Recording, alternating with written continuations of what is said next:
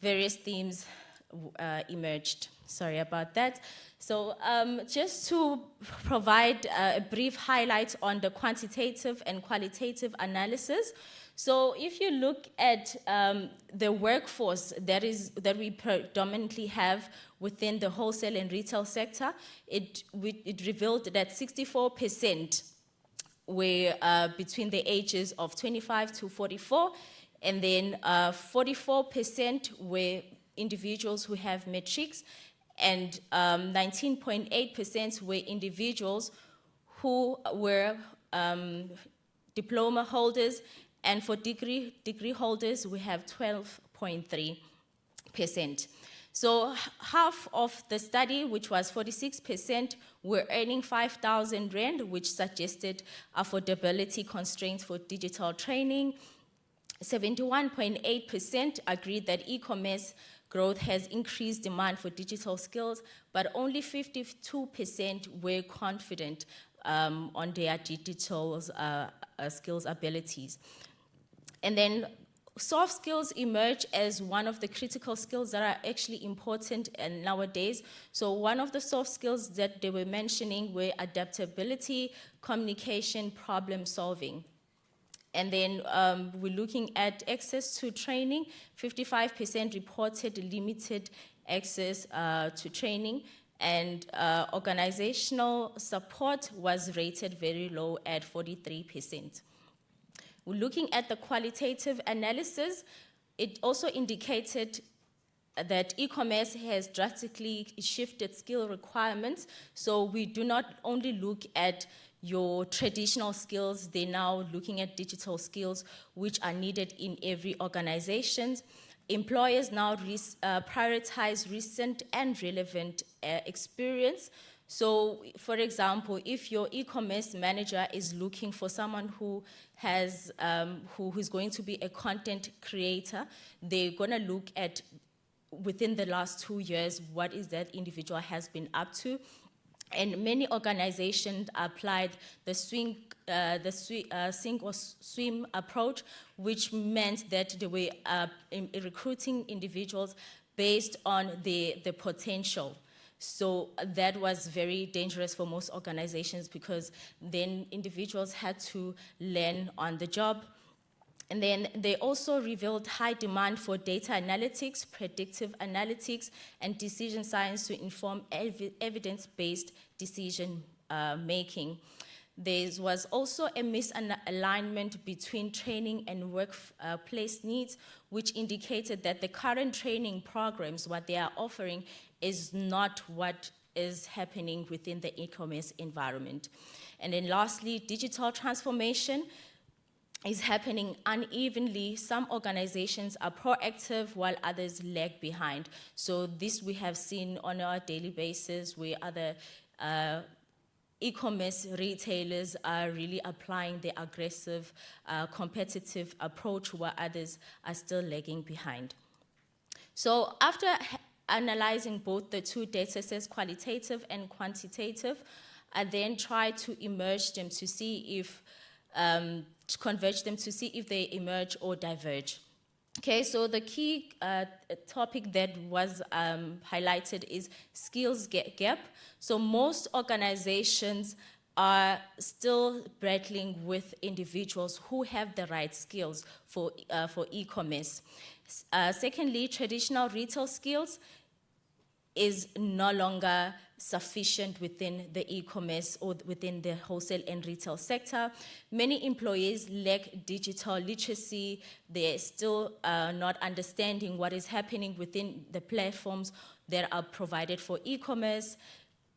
And also, trainings offered is often too generic or outdated, as highlighted earlier, that most organizations like TVET colleges, higher education institutions, and also the online programs that they are being offered online, for example, Udemy, they are not intensive, they just provide basic information.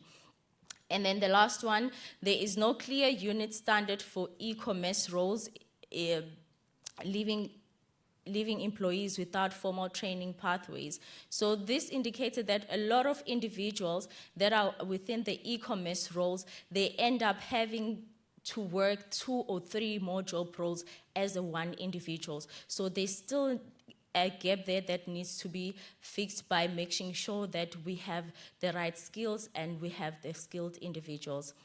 Okay, with regards to emerging skills needed, technical skills are very important, but data analytics was highlighted as the most important or critical skill, because nowadays within the wholesale and retail sector, everything is driven by data on a daily basis. Decision making is driven by data. How consumers engage is driven by data as well.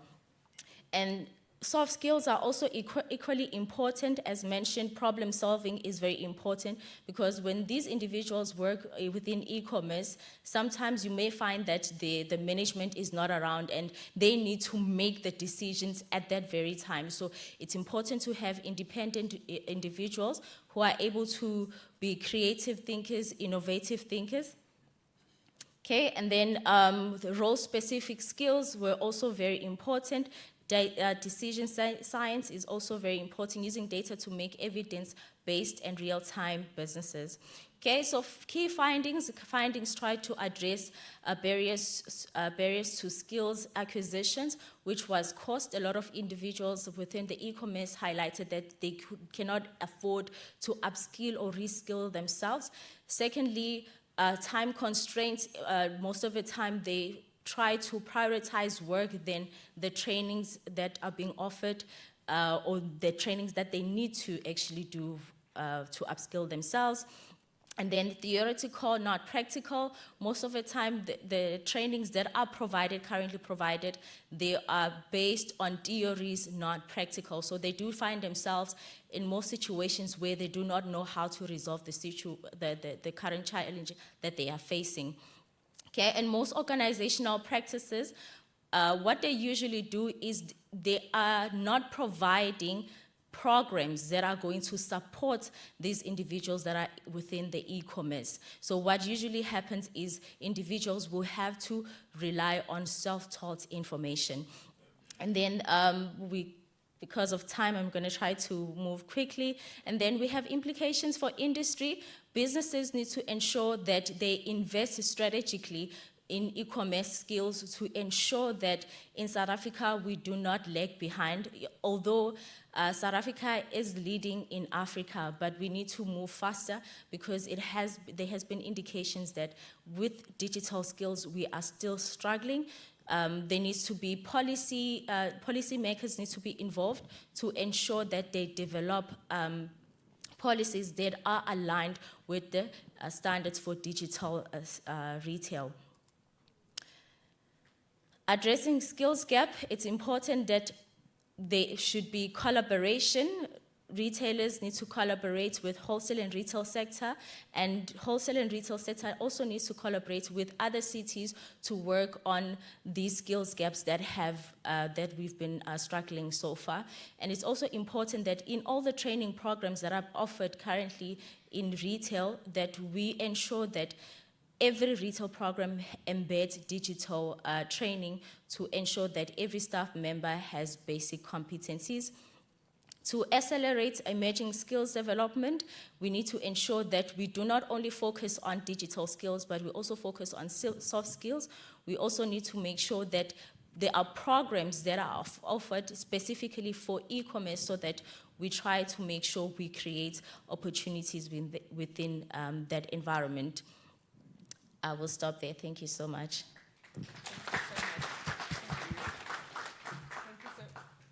Thank you so much to you, Dr. Buthelezi, for the insights that you've shared. Can I please be put back on the desk? Thank you. All right. I'm not audible.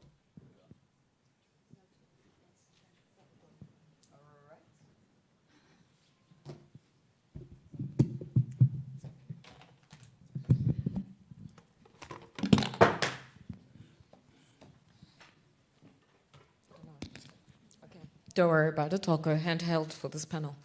All right, Thank you very much, Dr. Buthelezi, for sharing those insights. And I'm just cognizant of time, but I'm certainly not going to not get to the good and the crux of what we are here to discuss with the rest of our speakers.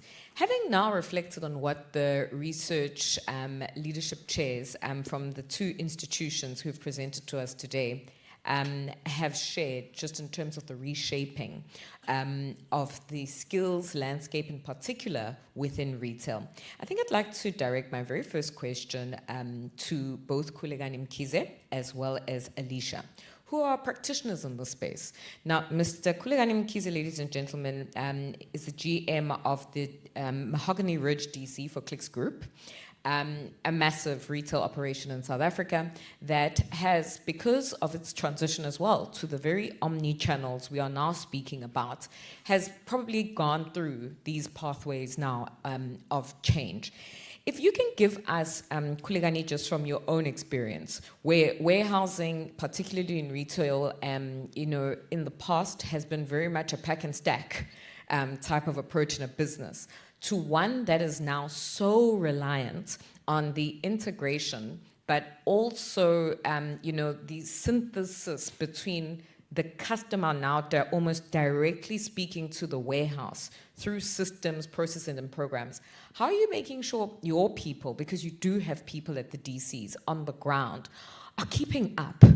Because to, you know, the very first presentation by Dr. Chipunza, we're also consuming a hell of a lot more because it's just at our fingertips. So how are you keeping up, and how are your people adopting to these changes in a very operational environment?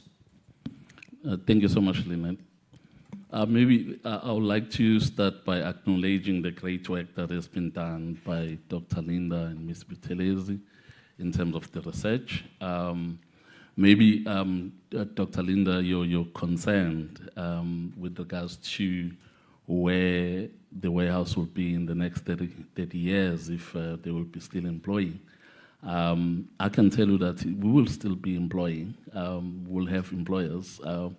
If we look at how businesses are strategically positioning the warehouse and distribution centers, it is mainly because we are driven by where the customers are. But we have gone as far as also trying to create these big warehouses in big cities. Now we are even creating smaller hubs that are more directly into the consumers. And by doing so, we are creating more employment. It means that one big distribution center is serving almost 10 to 15 other small hubs, you know, that are feeding into the retail shops. So definitely, when we are looking at the work that is being done within the logistics space, automation is taking over, and it's only driven by customer expectation. And when this automation is taking over, the biggest question that most of the businesses, especially the big retailers, have is to say, how do we harness, you know, the skills development within our own employees? And for me, there are two things that I've seen within the sector, which is great. I mean, the big retail, your Clicks, your ShopRite, your Mr. Price, that are really doing is to look at the digital transformation coexisting with the emotional intelligence. You know, where we are now, you know, creating opportunities for people to adapt and adapt to these changes and becoming more digital savvy. Yes. Because everything that we use now, technology that is helping us to reach our last mile deliveries. You go all around, you will see anyone that is doing a delivery, anyone that is receiving a stock. Yes. It's more technological. But I think for me, the biggest issue is that the companies, they know what they want, and they've created their own strategic plan with regards to their learning and development. We are putting to budget, you know, and putting quite a lot of investment into our own employees. But the question is, the future of work, people that we want to employ, Are they properly equipped from the institution that they are coming from? And that's where the big gap is, to the point that we are struggling at certain times to get the right, young people with good qualification. Here in KZN, I can assure you that we are struggling to get people with a logistic qualification because some of our institutions do not offer that qualification at the highest level.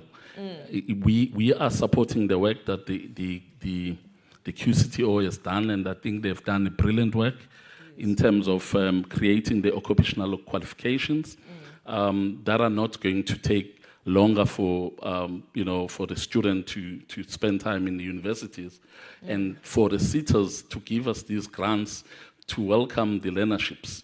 But when we want to employ these young people as learnerships, we then have a certain criteria. If we need a NQF level 5, in KZN we cannot find any.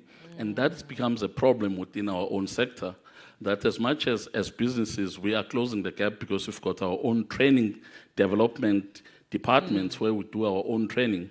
The gap with the TVETs is still huge, and we need to close that gap. And I'm happy that, in closing, Lynette, I'm happy that looking at the strategies that has been recommended, the 5 of them, the first one talks about the infrastructure investment in saying businesses do have infrastructure. Yes. But as I said to the gentleman I'm sitting next, it's not the mountain that is going to move to Paul. It's Paul that needs to move to the mountain. So we need to encourage the TVETs, the public, to get into the businesses and approach them, to get these MOUs to say, for us to create that integration, what is it that is needed? Because if we are not going to be doing that, there will always be a disjoint. So on our side, part of our strategy is to create a culture of learning. It's part of our strategy now because we are changing with times. But if the institutions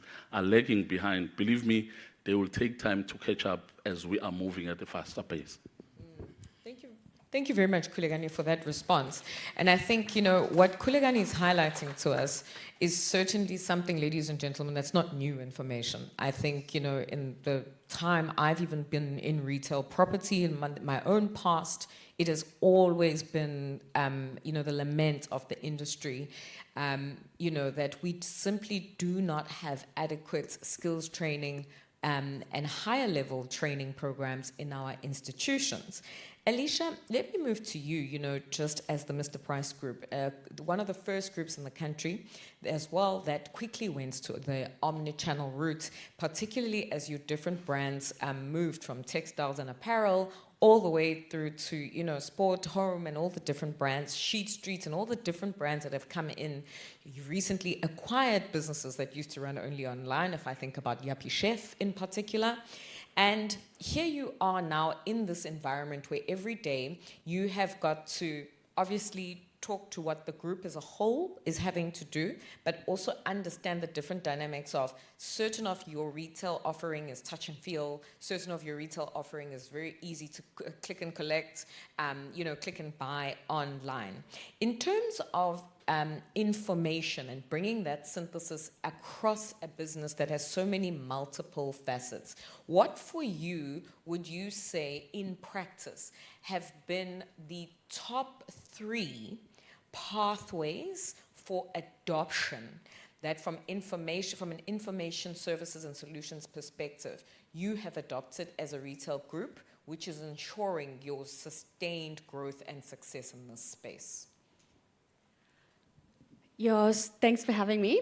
And with regards to our acquisitions, it's a very tricky journey to navigate because you've got a licorice of all sorts all of a sudden in technology, people, process, and trying to work as a group in terms of governance, in terms of policy, in terms of procurement as well, is really, really tricky because, like you said, one part of our customer base is touch and feel, and then you've got another element of our customer base is completely online and will not move from online.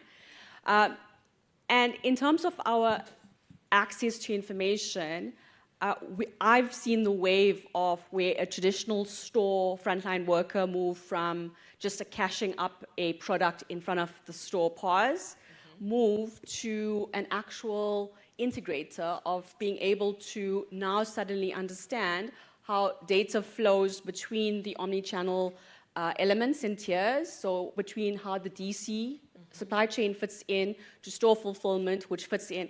So that frontline worker role has completely evolved. So if you had to go to a frontline worker at Yappy Chef, they're a lot more techno-savvy because all they have ever worked on was an omni-channel experience. And with regards to access to information, I would say the automation element inside of our distribution channel has been really, really key. In terms of how we fulfill orders from our customers. It needed to be faster. COVID taught us some immense learnings in terms of how to get stuff quicker to our customer. And one of the speakers mentioned about the anxiety levels with regards to instant gratification of instant orders. And it is the case. We do see it in our customer care teams. So for us, that access to being able to fulfill and deliver product a lot faster has asked us to actually look at smaller hubs inside of our stores. So whereas previously it was a complete supply chain distribution center model, it's now become smaller hubs called store fulfillment inside of our own stores that are now fulfilling customers. From a learning perspective, we moved to a fully digital learning platform. We've got a great L&D team who are focused across the different areas of our environment. In terms of one part of the team focused on store operations, the other focuses on the actual merchandising teams, one focuses on the call center elements. All of that elements are all digital, all of our learning initiatives are digital. But where it cannot be digital, we actually garner support in terms of having divisional champions, where we do train the trainer and basically do classroom-led training versus on-the-floor practical experience kind of training. So I would say the three elements for us has been digitization of learning information. Even our own point of sale has complete learning structures so that there's just-in-time training for our frontline workers. And for us, in terms of relevance of curriculum, it's very, very critical. With the evolution of all of the technologies that the previous speakers mentioned, which we are dabbling in or have dabbled with in the past, and we pick and choose the levels of technology and digitization we want. But with that onslaught comes the reverse element of, wow, Mr. Price Group is innovating. They've got mobile POS, self-service checkout. With that comes the darker side of innovation, which speaks to the whole customer experience. Everybody wants personalization, customization. If you guys noticed a few weeks ago when Willie's released that beautiful ad with Jamie Oliver, where it was fully customized, like, hello, Alicia, and then the magnets on the fridge was, with my name. It was amazing. The market took quite favorably response to that. But there were elements of the market that were unhappy with it because of accent and pronunciation. So it's really important for us to get it right. And it's, for us, digitization, getting our product as quickly as possible to our customer. And lastly, to be aware of the evolving threats. So as much as we are embracing for all this beautiful technology, the dark side speaks to cybersecurity. I head up cybersecurity, so I see it on a daily basis. Retail is heavily hit.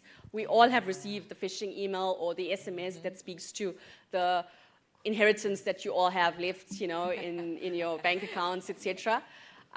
But more to that, with the onslaught of the Gen X's and the Gen Z's, we're now in Generation Alpha. And this generation is by far the most digitally adept generation we've ever had. But with that, they've also been raised in isolation during COVID. So understand the impact of mental health, well-being, and wellness. And for us, that is really, really important in across the group, mental health, wellness, and well-being. AI has been phenomenal if you read the scary horror stories about mental health and what people globally are doing after taking advice from AI bots, you'll understand that there is a responsibility, a digital responsibility from all of us that are using these amazing technologies, to not just to our store staff or our head office corporate staff, but also in how they embrace all of this in their personal lives. And that's where we're spending a lot of time in terms of how we train our people within the Mr. Price Group. I want to pass this mic along because I'm back online. Sure. Who knew from retail all the way to looking at, you know, the physiological and psychological makeup of a society because of who you're dealing with as a customer on the other side. And I think that only adds to the layers of the value chain of this conversation that perhaps we leave out, particularly when we look at some of the research and the statistical data about who's actually at the digital table. Mr. Yunus Doba, you are the WNRC Leadership Chair at the Durban University of Technology.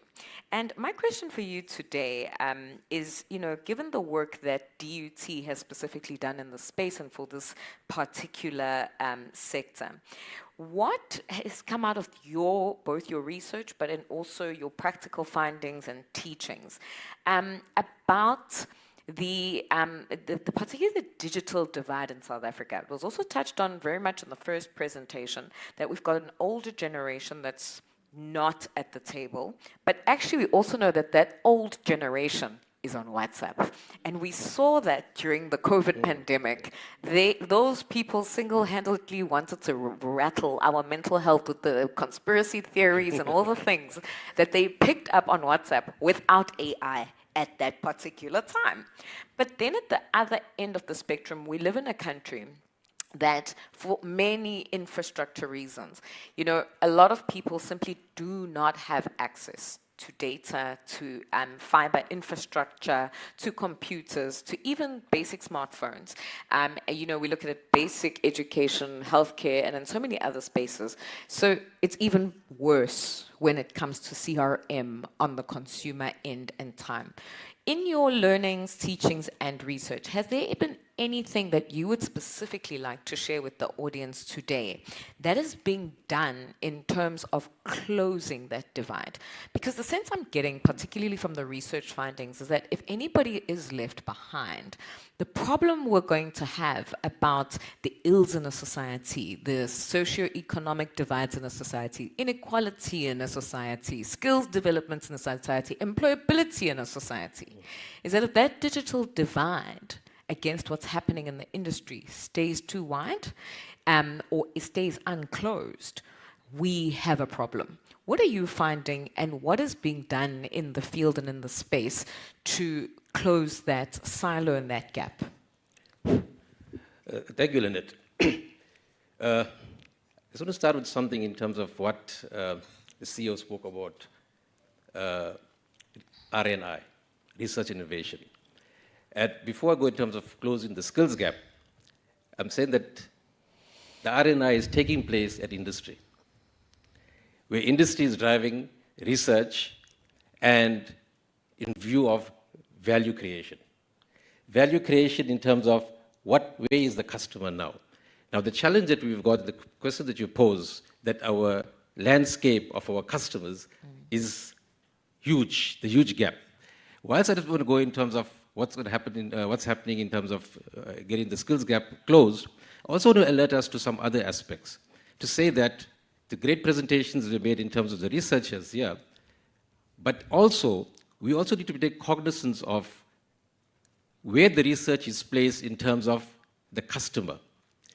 And whilst we are here, for me, saying that the customer and innovation and technology, the challenge is it is a moving target. It's a moving target. Whilst where research may be acceptable now, done in 2022, 23, we're now at the next iteration.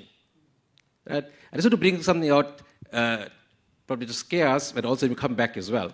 I was fortunate to be a part of a workshop on retail and metaverse. That is where the conversation is going in terms of where the customer is going to be and where does it come out from. it had come out from, the workshop that I was in spoke about game that I didn't know about, Mineshaft, right? Fanatics, Roblox, those sort of games that kids are playing. And where the marketing is, and where the research innovation is all about, is we have the next generation already communicating at a certain level in terms of the metaverse. And why am I highlighting that fact? Because I'm listening, the gap is getting wider and wider. And we should now look at the metaverse is now talking about 3D engagement. And the workshop that I was in was a Porsche was put in front of us virtually. Can you hear the sound? Can you hear those? So if that is the future of our customer, the customer who's playing these games, who are playing these games, right, are going to buy in the, so are we ready for that sort of marketing? Yes, Mr. Price has been, 7 years ago, they built this DC, fabulous DC in terms of technology, and KK is also talking about where they are in terms of the technology. We need to get our mix right. Yes. Right? Now, if you go back in terms of where we're looking at the traditional customer, the challenge that we have and is that the traditional customer in the grocery industry, in the FMCG, is still highly reliant on, for example, mass buying, monthly buying, and those sort of things. And they have not evolved, but they have evolved to one extent. When the government said pensions will no longer be collected at the supermarket, you need to get a card. Yes. Right? So they have already stepped in there. Right? But there's still fear from that customer is they want to withdraw all the money out in case the government says they won't get the pension. Right? So yes, the customer at the bottom end has already embraced it, has embraced technology, they see the need for the technology, and the challenge that I have, and both came out in this research in terms of data analytics, the issues on virtual reality, and the KK spoke about, they're having challenges to find supply chain. Yeah. The question now is, with the research that's out there, who is going to train the trainer? Okay. Who is going to train the institutions of learning? Because in terms of post-school education and training, we're going to train people, and the technology is moving so fast, right? Are we ready to train? That is the crucial question. If you are saying data analytics, our institutional learning ready to teach data analytics? If you were to say virtual reality, does the retail program, putting a TUT, have virtual reality as part of the retail program? Yeah. Yeah, those are sort of challenges that we're going to focus on because the research is telling us we have to do A, B, C, D, and F. Great. What's next? It is a moving target. By the time we embrace A, B, C, and D, the industry is going to D, E, F, G, H, and I. Right? So those are things that are a point of concern that I have in terms of recently I've been involved in industry where students have studying digital marketing. But when they come into the industry, they only know digital marketing in the air. They don't know, for example, I need a home. What do I mean by a home? I need a home like clothing in Mr. Price. I need a home like food at Woolworths to then apply my digital marketing. My digital marketing is up there, but I don't have an industry. I don't have a home. I don't know how to sell cars. I need to know the automotive industry to sell the cars. I need to know food to sell food. I need to know clothing to sell clothes. So my digital marketing is giving me this qualification that is not rooted into a home. That is the challenges that I'm picking up currently, especially working with students. And the study that we did with both Dr. Buthelezi, Dr. Mkhize, with me, Dr. Reddy, is that the study we did previously at the retail chair was the retention level of internships and postgraduate, where the retention is. And I am now picking up the retention is not there because the expectation level is not there. There isn't the link between what is being studied and where the industry is. Right? So I didn't answer your question, but I'm also putting this thing that along the spectrum, our post-school education and training got a huge challenge where KK, sorry, I'm calling, I know KK by first name, right? KK is saying, and about Larisha is saying, we got our own training centers. Yes. We got our own L&D. Yeah. Right. And they're trying to close a gap. Right, yeah. And you're saying there's a gap. Yes. But nobody is saying we've actually got a collective gap here that needs us to work in a different type of system and collaboration. Because you're all identifying the same thing, Yeah. just not talking to one another. Yes. And then I think, ladies and gentlemen, is the crux of this panel. Is that the disconnect is us. You know, we often say, oh, I'm stuck in traffic. Well, who is traffic? It's us. We're traffic. And we're the very traffic that we're stuck in. So we almost need to have an unstuck conversation because we all need the same thing. And I think everybody's nodding and saying, well, who trains the trainer? Yes. And Alicia's saying, I develop my own trainers. Yes. And, and KK, says it's another KK Kulian is saying, well, I can't find any trained Yes. people. And, you know, okay, so we figured this spider web out. I'm going to let the audience pose just one or two questions before we break for tea. But thank you, Eunice, for pointing out and taking us home. You know, I love the word, you use the word home, for taking us home about what the actual issue is, and taking us home, in fact, about what this engagement is also ultimately about, is that without the closure of these divides, gaps, and this collaborative environment we need to create, we're going to be here for another year, 3 years from now, 5 years from now, chasing each other, and chasing the chicken and the egg, the horse on the cart, and never getting to a line that we say that takes us to that next level of sustainability. Audience members, I've got two hands directly in this row. If I can just take those two. To the gentleman with the third hand, can we pick it up after? He's like, we'll pick it up when we come back from the break, because I'm very aware and cognizant of the fact that we need a comfort break at this point in time. But I'll take these two questions, and then we'll take our break. Please, if I can just ask members of the audience to ask questions and be quite pointed to who it is for, Okay. and on stage as well, just in the interest of time. Okay. My name is Bongi, and I'm addressing this question to the last gentleman who just spoke and the Buthelezi.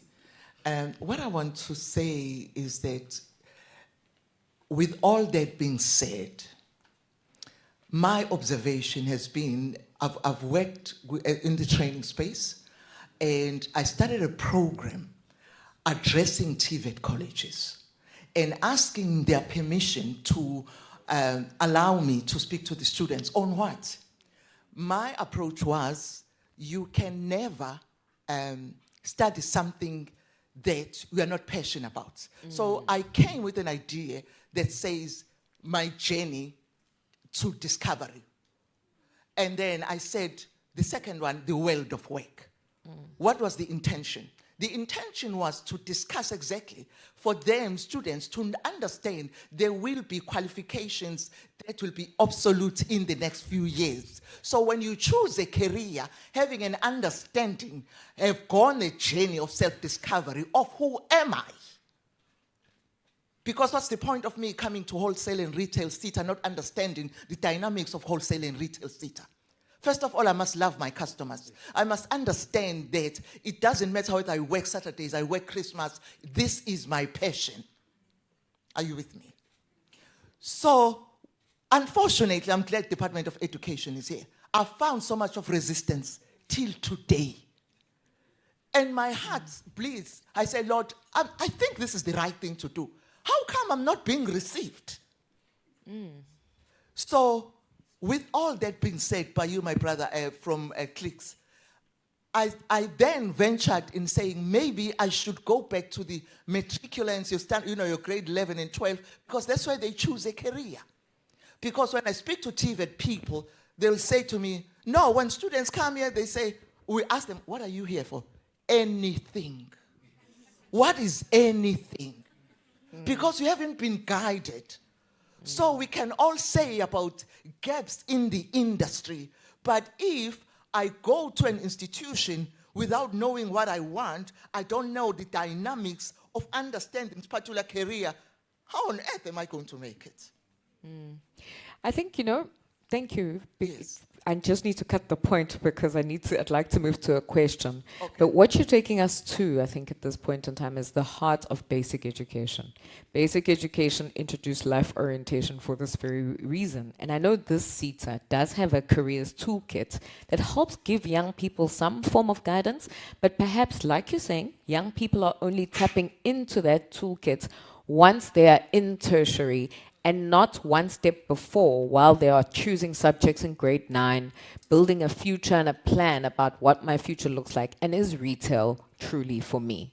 And that's something that I think, as we talk about education and future fit in our ongoing conversations, is something we will continue to tap into. Thank you for raising that. And I hope that at a point, maybe we'll allow time to get a response from higher education on the educational ecosystem and how it also wants to now collaborate and integrate some of these findings. So our second question, please. The microphone moved. It's right behind you. There we go. It's on. Thank you. Back to the two doctors on the panel. I'd like to take us back to the bottom of the pyramid communities with regard to digital futures. In the last 5 years, digital innovation in the grocery, wholesale, and retail sector has largely strengthened the big players. The top 5 grew market share by about 8%, but this hasn't created much of a dent on poverty, unemployment, and inequality. So the question is, if our strategies for a future-ready workforce only serve the big players, do we not risk deepening the divide? Number one. Mm-hmm. And number two, shouldn't we rather focus or put more focus instead on digital innovation that empowers township and rural community businesses to own the share of the grocery value chain, creating jobs and shifting growth back to the people and not just the top players? Thank you. Thank you. Just, ladies, in terms of your response, can I ask you to respond to question 1? Our very next panel deals with the township economy and retailers, and I would like us to pose the questions, and because our good doctors will be also in the audience, we can then have a little bit more time to unpack it from there. Over to you. Thank you, Eunice. It's on. Thank you. Thank you so much for your question. If I believe that, within higher education and industry, we've been talking a lot about collaboration, as you mentioned, collaboration, but there's nothing happening. So now I think that's when we need to identify the individuals, like, for example, creating a body that's going to be responsible in addressing those gaps. Because we already know that we have gaps. The retail industry is moving at a very fast pace, and that higher education is ending up lagging behind, which automatically we end up, graduating individuals that are not going to be of very much use in the industry. So I think it's important that we, higher education, industry, the CETAs, we develop a body that's actually going to look into those things and address it, and not just rely on one party to address it. I know that academia, higher education is supposed to be knowledge producers, but then at the very moment, industry is moving fast. For example, e-commerce is evolving and training programs are not evolving. Then how do we address those things? And I think those are the conversations we need to have, and not just focus on talking, but more of execution. Now we are here, how do we move forward? How do we get to rural areas and ensure that they are included as well? How do we make sure that the education that we are providing is actually 10 steps ahead to what is happening to the industry? because if we don't address such things, then we're going to keep on having conversations like our program director mentioned. We're going to keep on having conversations, identifying gaps, but with no solution. So in my closing, I believe having a body that is actually going to address these things and also making sure that it's not just an individual body that is focusing in higher education, but it's partnership through all stakeholders. All Thank right. you. Thank you, Dr. Buthelezi, for your response. And I think then we'll give the last word on this particular question to our opening speaker, Dr. Linda Chiponza. Thank you. I was just thinking as you were talking that perhaps we need to look at the rebate system. They're the big players, they're busy, they're getting on, and the smaller players wanting to enter the field. How about, whether it's government, I'm not too sure, they start to say, if a big organization which has so many employees or earns so much per year is committed to taking on mentees from the townships, and they take them through the processes, whether it's of retail, how do you do it, how do you use technology at that scale, etc. That might be a beginning, because the big players and the small players are so wide apart. No amount of classroom teaching is going to work. I think we need mentorship, we need coaching, we need people to come together and start talking one language, because we're trying to build an economy for South Africa that will bring in more jobs, etc. All right.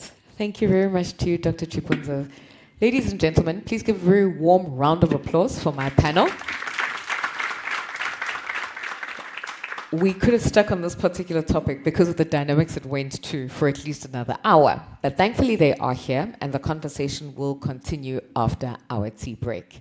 At this point in time, I just ask, I would like to please ask our CEO, as well as, I just want to double check that I'm getting it right, as Dr. Mashad, to please come to the stage to take a picture with our panel guests.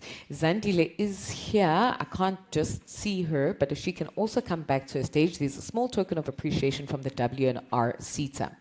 As for the rest of us, we are going to take a short break for refreshments, a stretch, and then come back into this plenary session where we're going then to continue with our conversation, with our next topic being the township economy and youth employability, followed then by a third session on impact and sustainability. Enjoy the break. The team will then ask you to come in when we're ready, and we'll see you again shortly.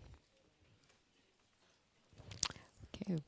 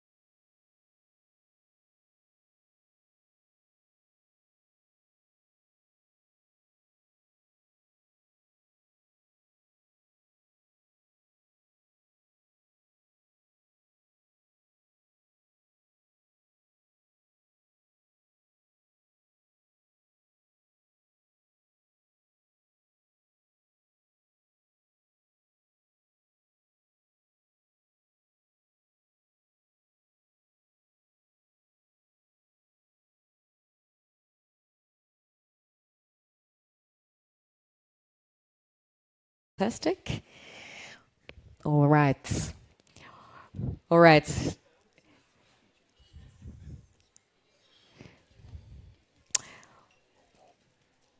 Welcome back, ladies and gentlemen, to this second part of our program. And a very warm welcome again to our online community that is joining us here today. As was indicated earlier on, ladies and gentlemen, if you are looking for the in-depth and detailed research documentation that has been produced and is being presented as part of this conference by the WNR CETA, please use the QR codes that you have received both on your name tags but also in your online invitation to access that information. It's really well worth reading and sharing your thoughts, during our Q&As as well as the chat function online. Ladies and gentlemen, in the second plenary, we're going to be talking about an economy that has been very topical in all the headlines in South Africa, particularly in the last year. South Africa's township economy. And of course, youth unemployment. Youth unemployment is like that vulture at the door that we know exists. We keep trying to try to find different ways and solves, to resolve its comfort, its care, its sustainability, its unsustainability, rather, should I say. And the various challenges that we face in that particular arena just seem to get bigger and bigger. And every time Stats SA releases the information, that number is ticking higher and not lower. But then with that, ladies and gentlemen, we have the issues related to the economies that exist in what was largely predominantly areas that did not receive socioeconomic infrastructure, attention, and adequate, space, locations, and economic attention in the past. And coupled with that, we also now have a proliferation of new human settlements, many of them informal, but we also have to bring the rural economy into the mainstream economy. So again, ladies and gentlemen, a very dynamic environment, a very topical environment, a very emotive topic in our current socio-economic makeup as well. But what I'm hoping that as part of this particular panel we will be able to do is look at what the research is telling us about what are some of the key trends, what are the key challenges, misalignments that we're also picking up in this particular space. How are youth interacting with economies in the communities that they predominantly find themselves based in? And perhaps most importantly, how do we then unlock the challenge that we find again related to poverty, inequality, skills development, and employment in the very same communities with our esteemed panel of guests. I will introduce them as we work our way through the panel, but I'm going to allow the scene to be set today by Mr. Jonathan Asparling, who's the WNR CETA Leadership Chair at CPUT, the Cape Peninsula University of Technology. He's going to share with us some of their findings in regards the transformation of the township retail markets and environment. Over to you, Jonathan. Thank you. That is loud. I wonder if you can dial me down a little bit. Thank you so much. Good morning, ladies and gentlemen, and thank you to the WNR CETA for inviting us to share our findings. And also thank you for giving me the opportunity to laugh at myself when I was looking for a tie to be able to address you today. So thank you for that. I want to answer the question with a yes. The question is, what is the question? And the question is, can the township economy be sustainable and can businesses grow? And the answer to that is definitely yes. Before becoming an academic, I spent 30 years in the small business industry. I actually came home yesterday. It's these days called Itala Bank. It used to be called KwaZulu Finance Corporation, involved in small business development, worked for African Bank, worked for the Department of Trade and Industry with Kula Enterprise Finance. And I can tell you, I've seen many times in my career how businesses progress. One example, we were supporting 5,000 spasas weekly with funding through African Bank. And what we noticed, every week we were providing revolving credit to them, and many of them actually graduated to a relationship directly with a cash and carry wholesaler. They didn't need us later. So the fact is that it is possible, but what What sort of framework is there? What should we be thinking about as we are actually talking about this topic? So I'm going to have to ask you to trust me on the research side because we've got a limited amount of time. I'd like to dwell more on the findings with you. So, if an academic says trust me, or maybe you've got to think about that twice, but let me just run through here. I'll put this little picture up because for me, it talks to vibrancy, to light, to color, and that is what we've got to. I'm always inspired. I'm not depressed when I look into the spaza sector. I've spent many times in Umlazi and Kwamakuta, and I've spent in all these places, and I never come away discouraged. I come away encouraged with people's resilience and hope and strength in terms of taking their businesses forward. So we had this problem, and that was we said, it does appear that many of these businesses stay small. And they stay at the periphery of the economy. Why is that? And is there anything one can do to deal with that? We had a number of research questions that our objective was, look at the factors hindering. There's so much research been done on that.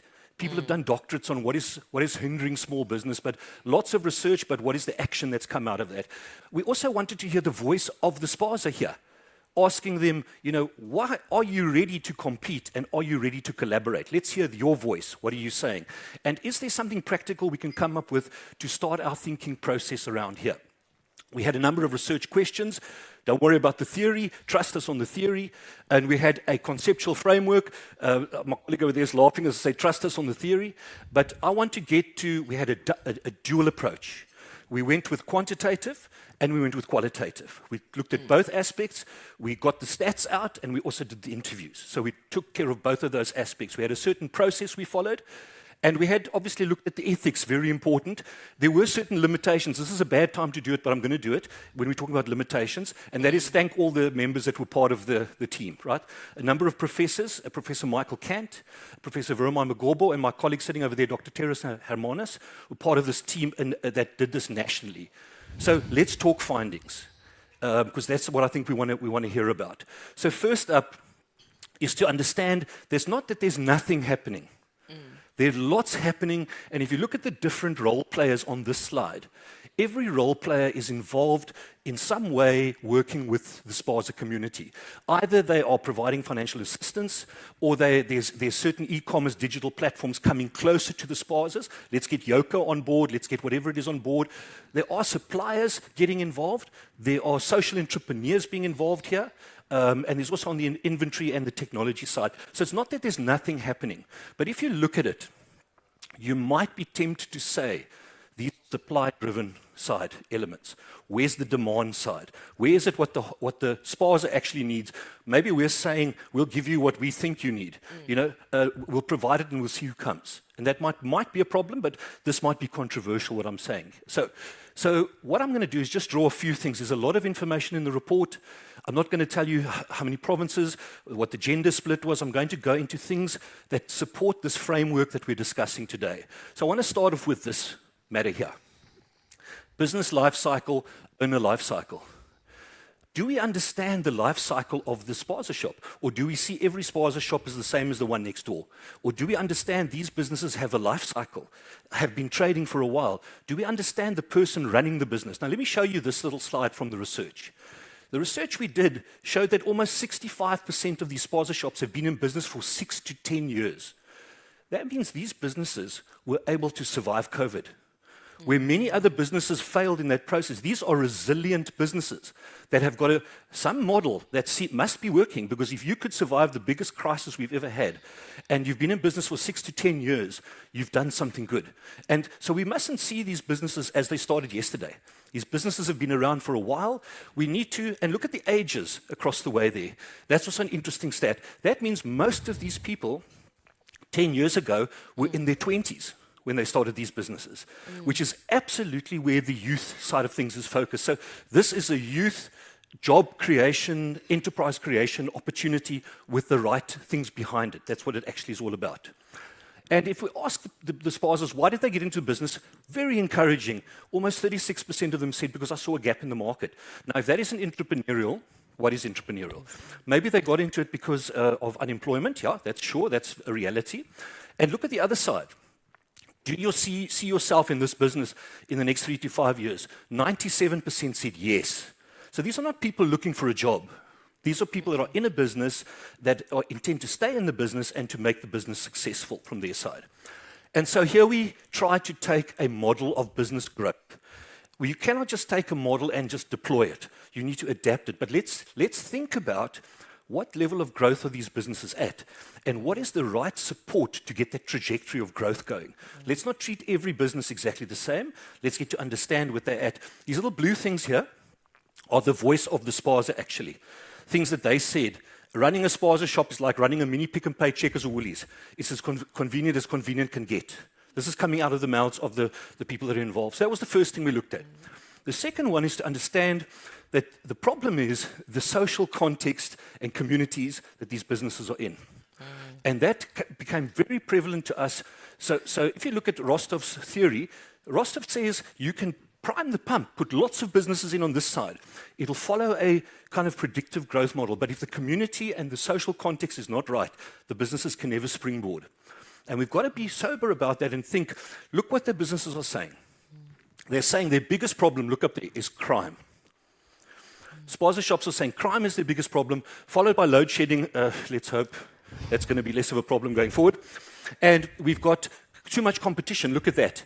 Too much competition. And if you look across the way, they're not worried about the national retailers. That's not their competition. Their competition is other spazas.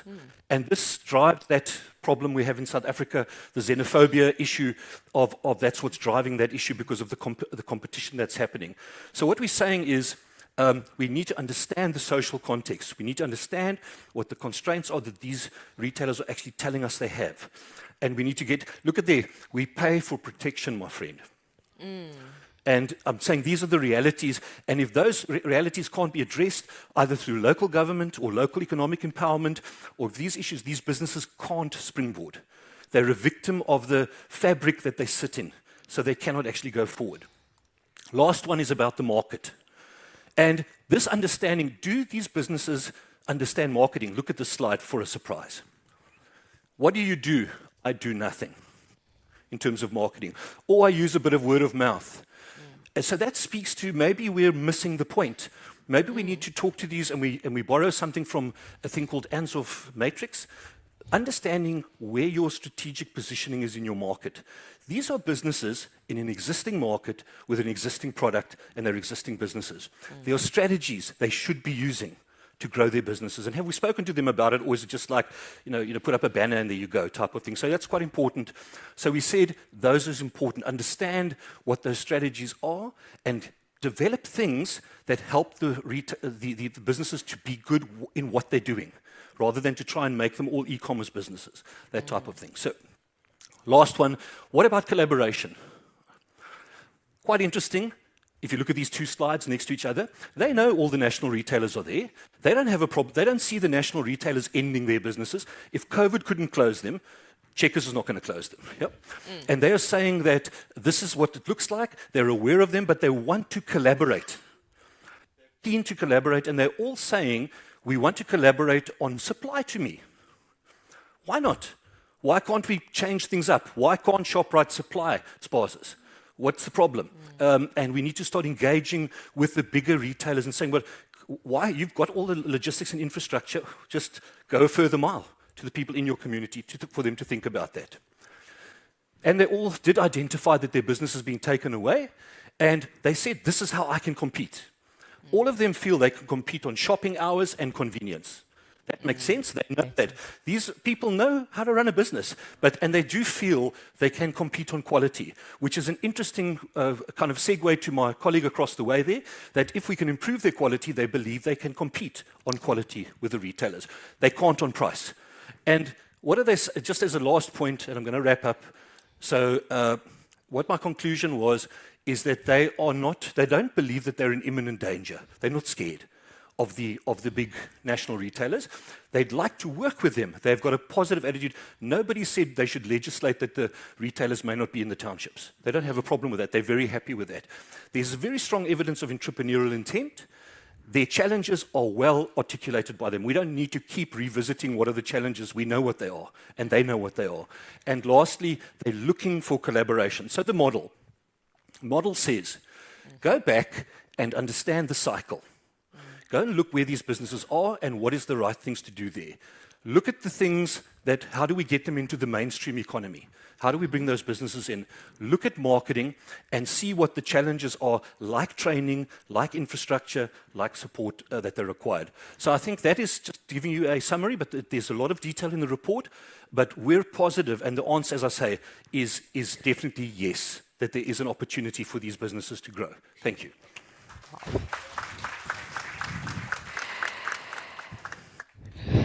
Short, sharp, but incisively to the T. Thank you so much, Jonathan, for setting the scene for us. Earlier on today when I opened, I said data is the new tar road, but Jonathan's presentation to us today is also pointing out to the fact that context is our real-time currency. And, you know, what was most interesting for me is as you go through the slides that Jonathan has presented to us today, you realize just how much of sentiment, perception, and the narrative of small business, employability in formal and informal South Africa is actually driven by what we mostly consume in the media, social media, and from uninformed sources, as opposed to what's actually happening in community. And this is the point, ladies and gentlemen, of research. So when somebody says research is not important, this throws it right out the room. Because at a symposium like this, we're now dealing with the facts, we're dealing with the truth, and more importantly, we're now able to create responsive solutions, partnerships, and collaborations that make sure that the evidence that Jonathan has drawn together here takes us into a frontier for the next 5 to 10 to 20 years. Because what did those young people say? I'm not quitting. This is what I'm actually doing. I'm not looking for a job in the formal markets because this is my livelihood. And yet the stats are telling us young people are not looking for work when it seems like young people might be actually creating their own work.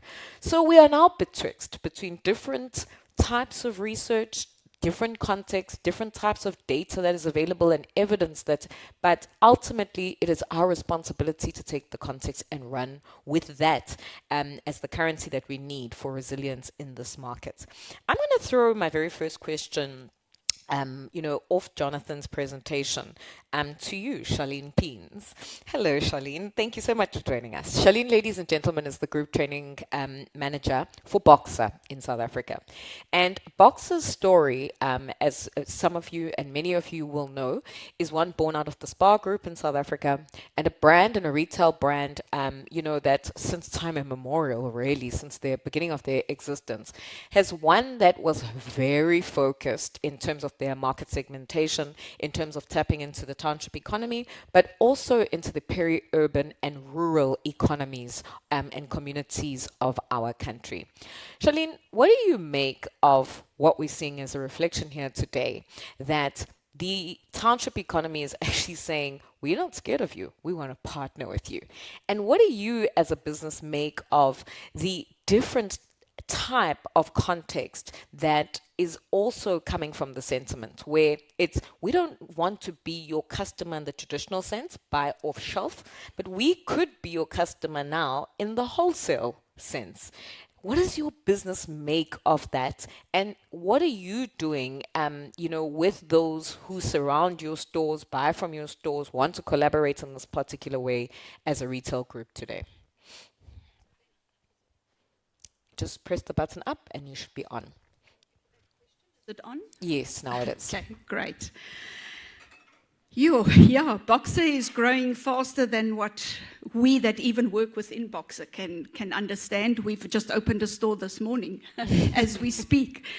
And quite often, we're growing faster than what we can bring in the people to do the work that needs to be done. Thank you to W&R Sheeta. We do get funding, but not nearly enough as to what we need to do. But we keep asking, and we've also created a lot of our own programs to do so, but I'll touch a little bit on that as well. As for the sponsors in our communities, specifically in our rural communities, no, they're not scared of us and we're not scared of them. We are definitely collaborating with them. We've got a beautiful relationship already where we do supply. We've got a specific program that we run with them. We supply to the spaza shops. We also now providing storage where they are saying, okay, great for the products, but where do we put them? We can't get a delivery every day, and Boxer saying we can't deliver to you every day. So now we've actually collaborated in a way where we can help with providing them with storage. So training is probably the next discussion that we need to have, but we've just been so busy in trying to get our own employees ready to open the stores that need to be opening. But yeah, I don't know if you want to know more from a training and development perspective, as that's my area. But from the Spaza side and collaborating, I know we've heard a lot of collaboration this morning. I do believe we all need to co-create. We need to sit around a table, and I know it has just been talk in a way, but it needs to be the institutions, it needs to be the employers, it needs to be the small spaza shops and business owners. We really do need to talk because everyone is working in silos, and what we need, we are not getting. From a university point of view, we're not getting the qualifications that we require. And from the employee side, we often not getting the employee that we really want in the business to just start working. But we've worked around that. We bring people in that know nothing about retail. Retail is not a glamorous and first choice career. It is often the last thing on the list, and just because I need to put food on the table, I will go and sit behind the till. I know as a youngster, I was often threatened, if you do not learn, you will be working in Spar behind the till. And that is still the reality. Retail is not glamorous. But when people come in, we say to them, guys, this is not... If you are here for a job, you're in the wrong place. This is not for you to come and get a job. This is for you to come and get a career. So please, universities, the guys that are here, we're looking for more retail-specific qualifications.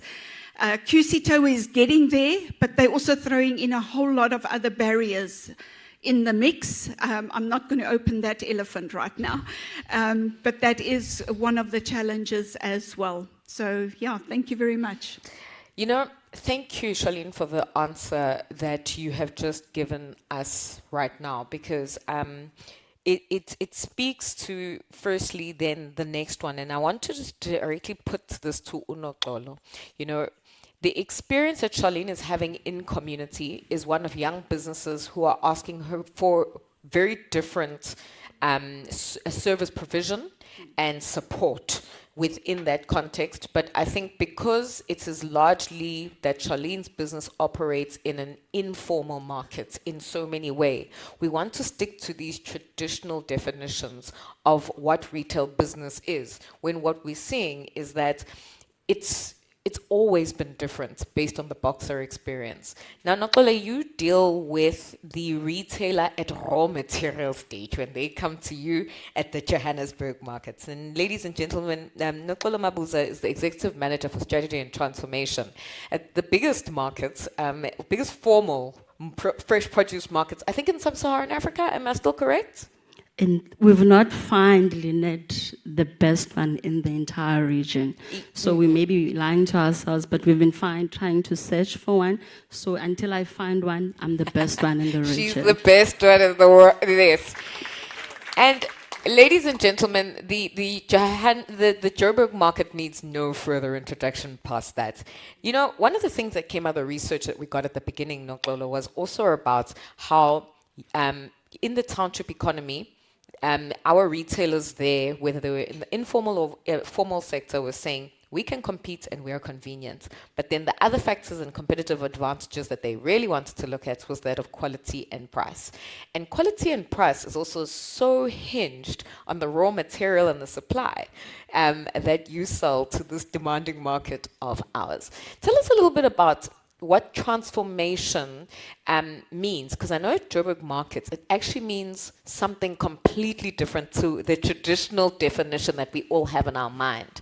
And how you are driving the ability for small businesses to be able to be competitive in the markets they go on to sell as through the programs that you run. Thanks, Lynette, for the question. So I'm just going to give a brief background in terms of how Joburg Market operates. We're a facility management company that facilitates the selling or the trading of fresh produce.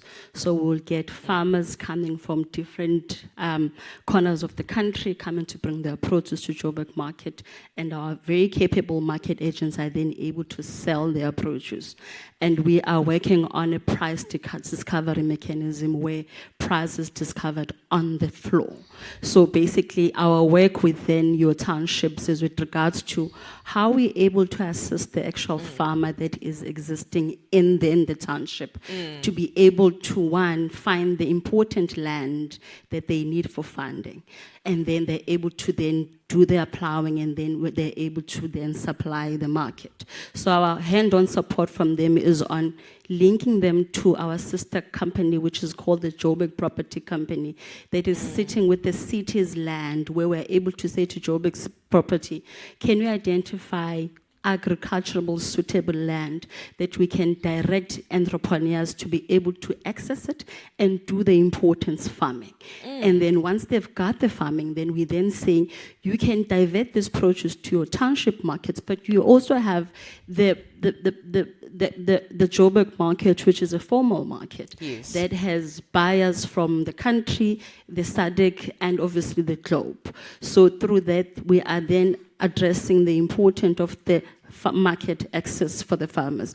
Also, what keeps us up at night that came from research is the fact that the demographics of a farmer in the country of South Africa is over 62%, compared to the African region, which is about 38%. So you are finding that the producers that are there to sustain our food in the country, they're aging. So if we have to fast track 10 years down the line, we might find ourselves having a bigger threat to food security. So it's important that we're able to then come up with programs that are able to find a student that is studying from grade 10 to say these are the opportunities that exist in Joburg market from a qualification perspective. And then we work with your agricultural schools to then say, come and expose your students to the practicality of markets, so that you are keeping them engaged and interested to say, here's my end goal as a student doing then the agricultural space. Even also with our we provide learnerships and interns, where we are then saying, come and let's expose you to the workings of Joburg market. That is just not as simple as us selling produce. In our facilities, there's wholesale, there's logistics, there's transportation, there's automation and digitization. That is what is supposed to then sustain or future-proof then the industry. So we've got those programs, and we were working with the CETA currently right now to establish a course for my informal traders, because in the Joburg market I also have informal traders where they're able to buy in the bigger floors and they're able to then sell at the market in a good facility. But what we found is that we need to grow them. I don't want them to be informal for the overtime. I need to understand their context. Are they registered? How are their finances? How are they managing their finances? So that I can tailor-make a training program that will be able for them to do at the comfort of their home. Because what we find, if we do traditional trainings, the attendance is so bad because they should be minding their stall. So what we want to do moving forward is to establish trainings that are simplified through gamification, where a person can understand how does the market work. We also want to establish a center of excellence There's not even one university in the country that is teaching people how to become market agents. And yet that is the most lucrative business ever. So what we want to do is to tailor-make the training so that the youth can get to understand how do you become a market agent, and how are we able to have the skills, be it your entrepreneurial one and also your softer one. Because what we found at the market, the entire business is about relationship management. How you keep the positive relationship with the farmer so that they're able to supply you on a day-to-day basis. How do you make sure that the buyer that comes to Joburg market gets the price at an affordable one so that we can keep them. And then that's what we want to do on the longer term, to offer a basket of services that are able to be contextualized and be tailor-made for a specific grouping so that they're able to grow with Joburg market. She's the Johannesburg market, ladies and gentlemen. It's such an exciting place. And I follow their work, and I hope the rest of you do, simply for that reason of how they've redefined transformation, as Noxolo has described. And thank you, Noxolo, for touching into how you've looked at it differently. Thank you also for touching on the point that your traditional farmer, your big-scale farmer, is aging out. And we're talking now, and it goes back to the conversation we were having about education earlier, not just higher education, but basic education. Are young people interested in sustainable livelihoods in agriculture? Do we have enough agricultural colleges and colleges that are teaching these future forward tasks and skills that they need to survive in what is this market of the future? So, ladies and gentlemen, she's also presented a massive opportunity here for our institutions. We don't have a few courses, but there's a very big and important one, the agency one. So I want you to hold that, because I then want to go, to you, Billy, right in the middle there. Noxolo is telling us that there is a need for training, but the training needs to be it needs to be responsive, firstly, to the daily demands of these entrepreneurs who are on the ground and need to stay in their businesses. And it needs to be responsive also to the level of exposure and even the market nuances that they work in. Now, for yourself as a manager in the incubation space for small and medium-sized enterprises in our economy today, I know one of the biggest stones that get thrown at yourselves is that SMEs in this country are overtrained and under accessed and underutilized in terms of opening their access into mainstream economic markets in particular. Are you, from an incubation perspective, looking at some of these real-time experiences in the context that we've even seen in that type of research, and adjusting the type of training, the format of the training, as well as the responsiveness to different industries, so that people actually benefit from this training? The other real issue that we currently have against, education and training is, without formal skills, a lot of this training is now coming through internships, it's coming through incubation programs and products. But everybody else is saying, well, it's not working and it's not gelling with exactly what we need. Is the skills training environments, the incubation environments, the ESD programs in this country awake, alert, aware to the fact that they need to probably transform and innovate on their existing model, which I think at a time was responsive, particularly in triple BE scorecards were, right up there at the national agenda. But in real time, 2020-25, probably not so much. Share with us your experiences of that. It's on. It's an honor. Yes. Thanks for that question, Lynette. I think it comes at a very important time, I think, for us at the organization, when we are re-looking and perhaps reflecting on what we have been doing for the past. I think the merger between CEDA, CIFA, and the CBD has given us that opportunity, and research is at the heart of all of that. Most of our products and offerings that are geared towards the township have the DNA of the township in them.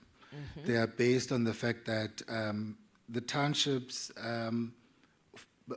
operate because of the society element, the element of Ubuntu and trying to find solutions for one another. And we've seen how, for instance, there are many good examples with, Tsakani in the East Rand. We've got a collective there that has just come together and gone for looking at motor repair and all of that. And that is all part of us going back to the market and trying to understand what is it that you need and what is it that we can provide. For instance, if you look at incubation, we started off having just sector-based incubators, right? And they could be anywhere. And we moved and we said, there's probably a need for generic incubators. But now we've started not only looking at that, we've started looking at the settlement hierarchy as well. Where are we setting these incubators and what type of incubators are we setting up there? And what we've then done as part of that as well is in us understanding the genetic makeup of the township, which is the social part, the social element in society, is we have then gone out to TVET colleges and universities and set up what we call centers of entrepreneurship and rapid incubation. And these, we've got about 13 of these in TVET colleges and about 12 in universities. And what we say to them is that over and above giving this incubation offering, you have a responsibility to foster social innovation. So open up your doors and allow everyone to come in. But I want to go back to the issue of training. And what we see in incubation is that training alone, it's like giving someone funds alone. You can't just give a business funding. And our businesses are so coddled in South Africa. We coddle them so much that even when, I've got a belief, for instance, after when you're at growth phase, you don't need grants. You need to understand that you need to take debt because you need to understand the paying, right? Otherwise, we're spoiling you. The same as training. We find a lot of entrepreneurs that are training fatigued because that training does not come as a consolidated support, right, and offer. And what we've also done also as part of incubation, we've established what we call now digital hubs, understanding the digitization and digitalization imperatives that come with all these different industries, right? Because that on its own is sort of something that cuts across all the different, it doesn't matter what sector you're in, you're going to experience digitization and digitalization. Yes. We've now established these digital hubs. We actually have one in KwaMashu, yes. KwaMashu, yeah. I wanted to go back to where I come from. There's actually one in Mabupane that does gaming. We have one in Mpumalanga that does, it's a drone academy that is in the township. So we are starting to understand the issue of access as well, is that you're not going to be able to raise this awareness if you keep asking people to take a town to Westville, a taxi to Westville. Set up next to them and create and understand that you are setting up within an ecosystem that is as old as, I don't know, right? Yeah. And with certain nuances that you need to understand. And training needs to be based and needs to reflect that kind of context. Thanks. Thank you so much. And a question before now I get to the floor for you then, Dr. Popet-Pillay. The Durban Textile and Leather Incubator. Now, the textile industry in particular in South Africa, you know, after mining, agriculture used to be right up there as one of our top 5 GDP contributors. And then geopolitics and the change of the world around us and production, supply chains around us changed, completely threw us off our axis. And in the main, the textile industry in South Africa pretty much died. But we now also realize, and I think, you know, this is a point that, you know, is just being made by Billy now, is to say, you know, homegrown is also quality. Homegrown is as good and as competitive as anything else that comes from anywhere else, and we have to support our own markets in their regeneration and sustainability as well. Can you share with us your experience of reviving interest reviving markets and reviving, sustainable business practice against this very big global monolith in an incubator in this particular industry and the textile industry. What has that meant? Who have you had to collaborate with differently? What are we making? Who are we selling it to? Is it competitive in terms of price? And I think those are the type of interesting bits and pieces that we need to sew together as a group here. Please share with us your insights on that. All right. Thank you so much for the question. It's actually so exciting to be talking about this, because I can go on and on about the working with the communities around us, working in the township with all our SMMEs. It's absolutely amazing to just say it in one word. Yes, we are the textile and the footwear sector did collapse almost because of the cheap import duties that allowed other countries to actually come into our country and actually almost decimated the cheap imports. So through CEDFA and eThekwini municipality, because we've actually partnered with these two organizations, they've actually funded us. eThekwini has given us a building right in the heart of town. Yes. CEDFA has given us funding, and we've been able to work with local communities to be within the clothing, textile, footwear, and leather sectors. So it's really, really exciting to see the growth. And so last year we graduated about 42 SMMEs across all sectors. This year we had a bit of a challenge, because when we did a call out, we had about 40 SMMEs in clothing, textile, footwear, and leather. We also have furniture as well. Then we had about 30 somewhat businesses that were informal that had asked us to assist them. So what we did this time is we separated the two. We started our full incubation program like we normally do, and then we ran a 5-week program for the informal businesses. We ran a 5-week program for them and covered quite a few areas, creativity, looking at the value of their business, what type of businesses within the sector. And then we looked and see the potential for the growth of their sales. And after we completed the 5-week program, we gave them the opportunity of actually registering their businesses. So after 19 of them actually registered their businesses formally. They've moved into full incubation now. So they're part of so we basically created a pipeline from informal businesses straight into the formal business sector. We don't have specific training. We don't do training. Okay. We do business support. In other words, as a business incubator, our job is not to do training. We do business support. We grow a business from where they are. We take them to the next level. And I think Billy will confirm here, our focus is on sales. Okay. So we're not looking at getting money from anywhere else, but how much of sales are you actually making? So we are able to track these businesses on a regular basis. So we have two components to our program.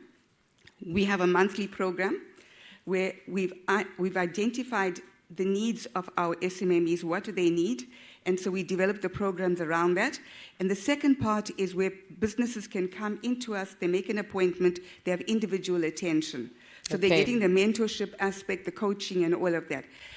And so I'm not going to talk for too long, but I think what I get the sense of is you almost creating, as opposed to a training hub, you've created that B2B environment that right at the beginning when we opened with the contextual presentation, from Jonathan, is exactly what business is looking for. They're saying create this ease of doing business for me, but also help me to facilitate a sustainable marketplace, and I will continue to sell. Yes. Okay. Maybe I'll just share one of our success stories. One of our SMMEs, who we normally call Go-Go, because she's quite an older person, but her name is Cynthia Mpunguse. She's been part of our incubator for about a year now.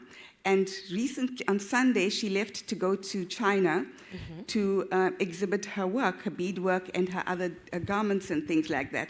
So I think that was such an exciting thing for us. In fact, we've got quite a few of our SMMEs that are actually exporting. So they're going to trade fairs in Ghana, they're exporting to the UK, they're exporting to the UK as well. So we've got quite a few of our SMMEs that are exporting as well.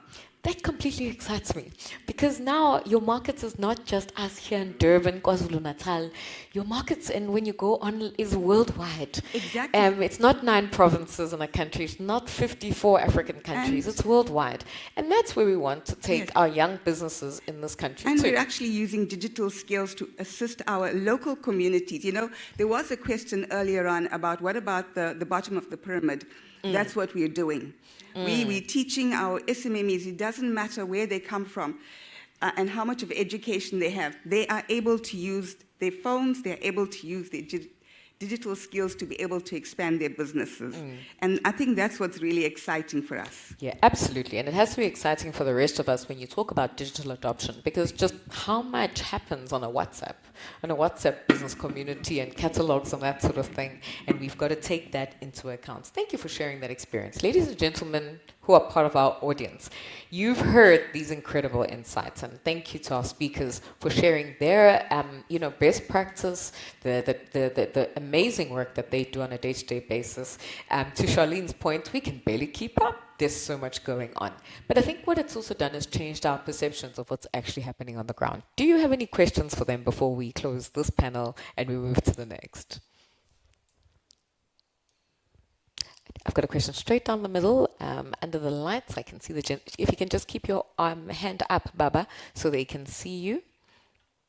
Where did the question come from? Can he just please keep his hand up?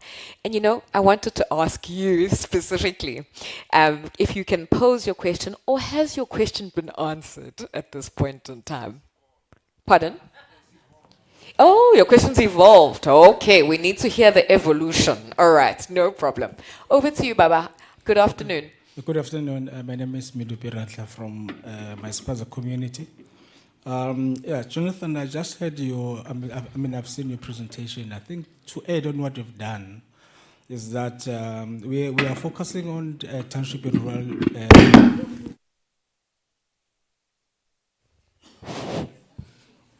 Okay, sorry about that. Apologies. Yeah, so we're focusing on township and rural business community at large. So one of the things that we have done is that we have seen the opportunity that is in our township, especially when you focus on the spaza shop industries. But currently, when you see and observe, most of the operators are elderly people. So we're trying to bring and integrate the youth, and that's why we have also created the legacy continuation of sponsorship through youth entrepreneurs. And when we did the workshops and engaging them, most of the things that they talk about is that they look at how the sponsorship look, the building. And when we ask what can you do, they talk about look and feel, and then they bring a lot of things of innovation in terms of say how can they market e-commerce, in terms of putting in social media and so forth. So they are very creative.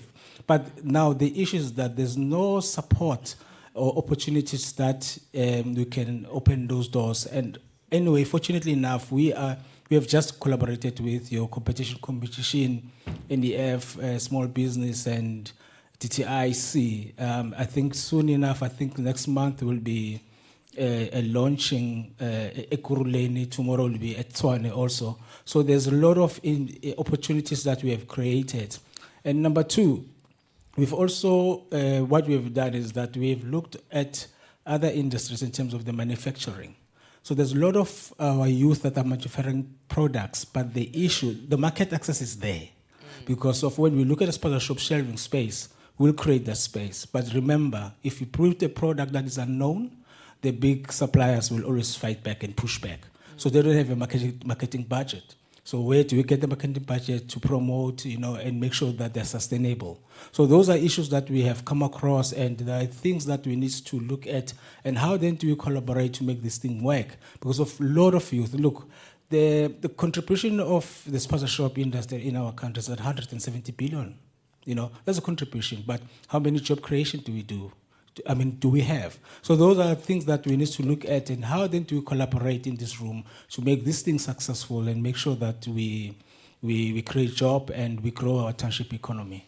But maybe lastly, when you talk about the collaboration in terms of your big chain stores, we had a conversation with Box at some point. There's a gentleman director, his name is Chris, I don't know whether he's still there. We engaged. He was very interested in our program, and he said at some point, he said, "What can you bring?" I said, "We want you to be the feeder stores. So each and every boxer within the township feed the smalls one. Let's grow them together and train, and so that they will be successful." And also we've engaged Spark Group. At that time, I think the MD was Max, but he has left. He's the CEO of McDonald's. So those are people who are very keen and interested to come and say, how can we come and collaborate and show and make sure the opportunity and give back to the community? Because if we're doing business from that market, and said, how then do we plow back of what we've gained? So there's a whole lot of things that I can talk about. But those are running your own data and research community all on your own. Yeah, so that is the type of information I think when we talk about evidence-based, that we'd love members of the audience, ladies and gentlemen, to contribute to this conversation, because without you, Jonathan, you wouldn't have known that those type of conversations are taking place. So thank you for sharing that insight. And I hope we can find somewhere, in the WNR CETA team will probably tell us more, that people like yourself who are working in community, who are working in the economy, can also contribute their findings and their experiences into a central repository that only enriches what has been presented here today, but what is also happening in all of these different silos that you are referring us to as well. I loved the fact that you touched on the CompCom, because yesterday afternoon, as we were preparing, I was chatting to the team about some of the work that is happening there. And I hope that they'll be here next year, because there's a massive opportunity for this whole sector that the CompCom has created, but we are not taking advantage of after the grocery inquiry of 2020. So thank you so much for sharing those insights, Baba, and I hope we can gather them formally and put them somewhere, because they're so important. Evolution of the question before my panel answers the point and the question that was posed. A microphone. There was the evolution of the question here. It's the microphone's behind you, but yes. Thank you. Township households generate conservatively at least 2 billion rands in gross profit monthly. Yet most of this wealth leaks out of the township economies. It is captured by either the big retailers or... Please, can you speak into the microphone? We can't hear you. It is captured by the big retailers, or by the estimated 80% of the spaza shops owned by non-South Africans. And perhaps the first question is the focus on the research that you did in terms of ownership of spaza shop industry. So with large retailers even doubling down on township markets, including the recent JSE listing, even more value risks being extracted from township. The result is that those affected by poverty, unemployment, and inequality are steadily losing ground in their own local markets. The question is, how do they compete and build generational wealth? Because I hear the suggestions that there could be collaboration with big retailers, and I'm wondering, if you're investing over 9 billion into an economy, do you really want to empower your potential competition? So the question really is, how can WNR CETA and its partners empower youth to become the architects of their own local economies? And what strategies can move beyond spazas to consolidated community-owned structures that capture this 2 billion and in doing so build a sticky money economy owned by the Kasi residents themselves? Thank you. Just in line with Jonathan, before you answer that, and I'm just aware of time, can I ask him to specifically answer the point about the youth inclusion in particular? Because once we get into the rest of the sticky economy and the rest of it, it's going to be then a whole other discussion, and we've got an opportunity for it in our next panel. So over to you, sir. Yes. Thanks very much.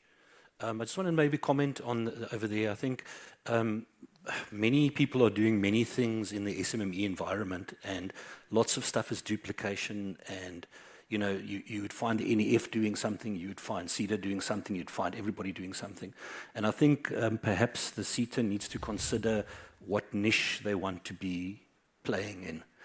You can't be everything for everybody, and to decide where is it that we're going to put our focus and energy. And maybe the research is suggesting more established spazas. There's a place for everything, but maybe it's suggesting one should think about that.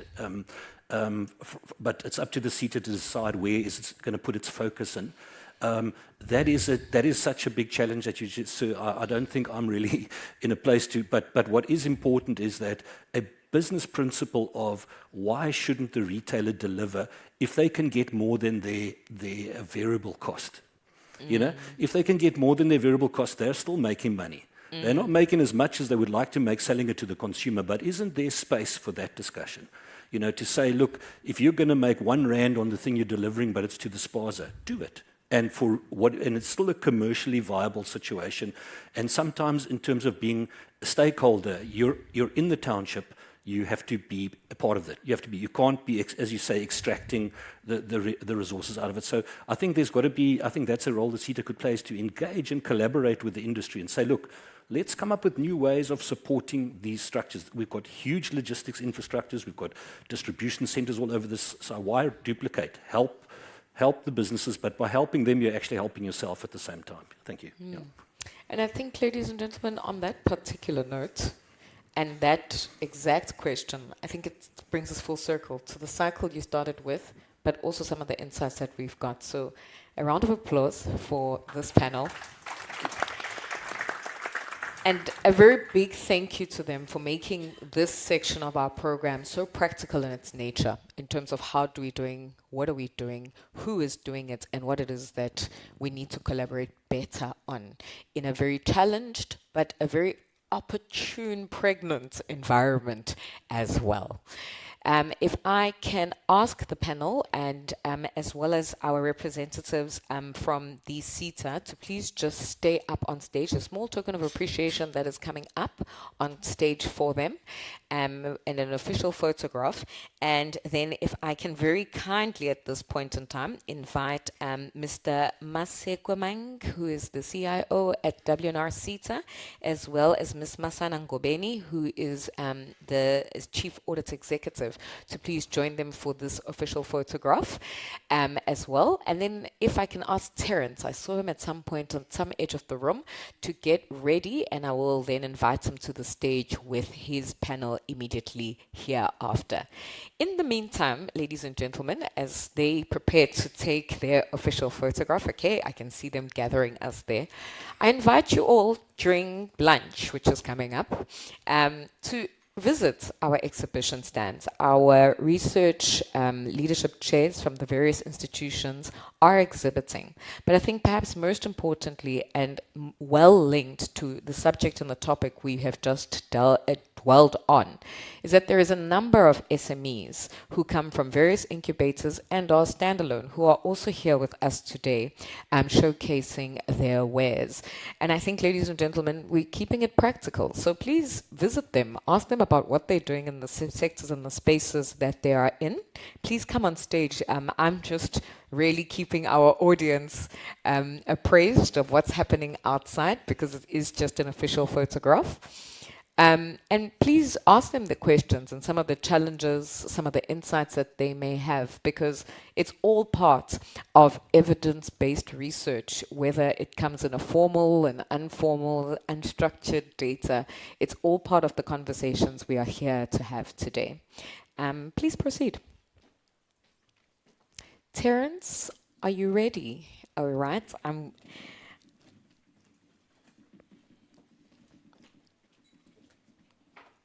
And whilst Terence is just making his way to the stage, please can I also just ask his panel guests and members to just ready themselves as well to come and join him on stage.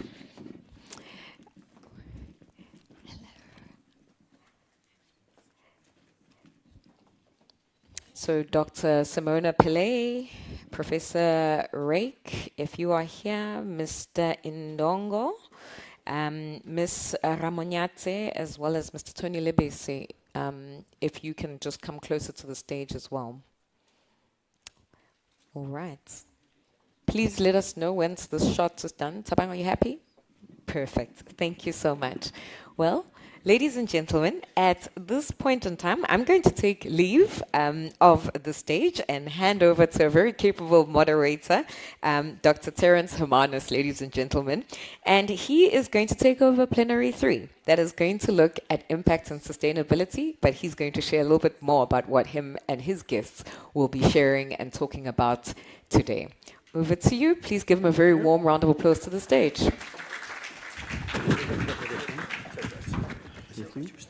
Good afternoon, everybody. You saw the program. I was so grateful that I was not after lunch and I was not before lunch. But it seems right now I'm standing very close to between what is going to be lunch. So we're going to sort of compact stuff a bit, just so that we don't overextend our time lines.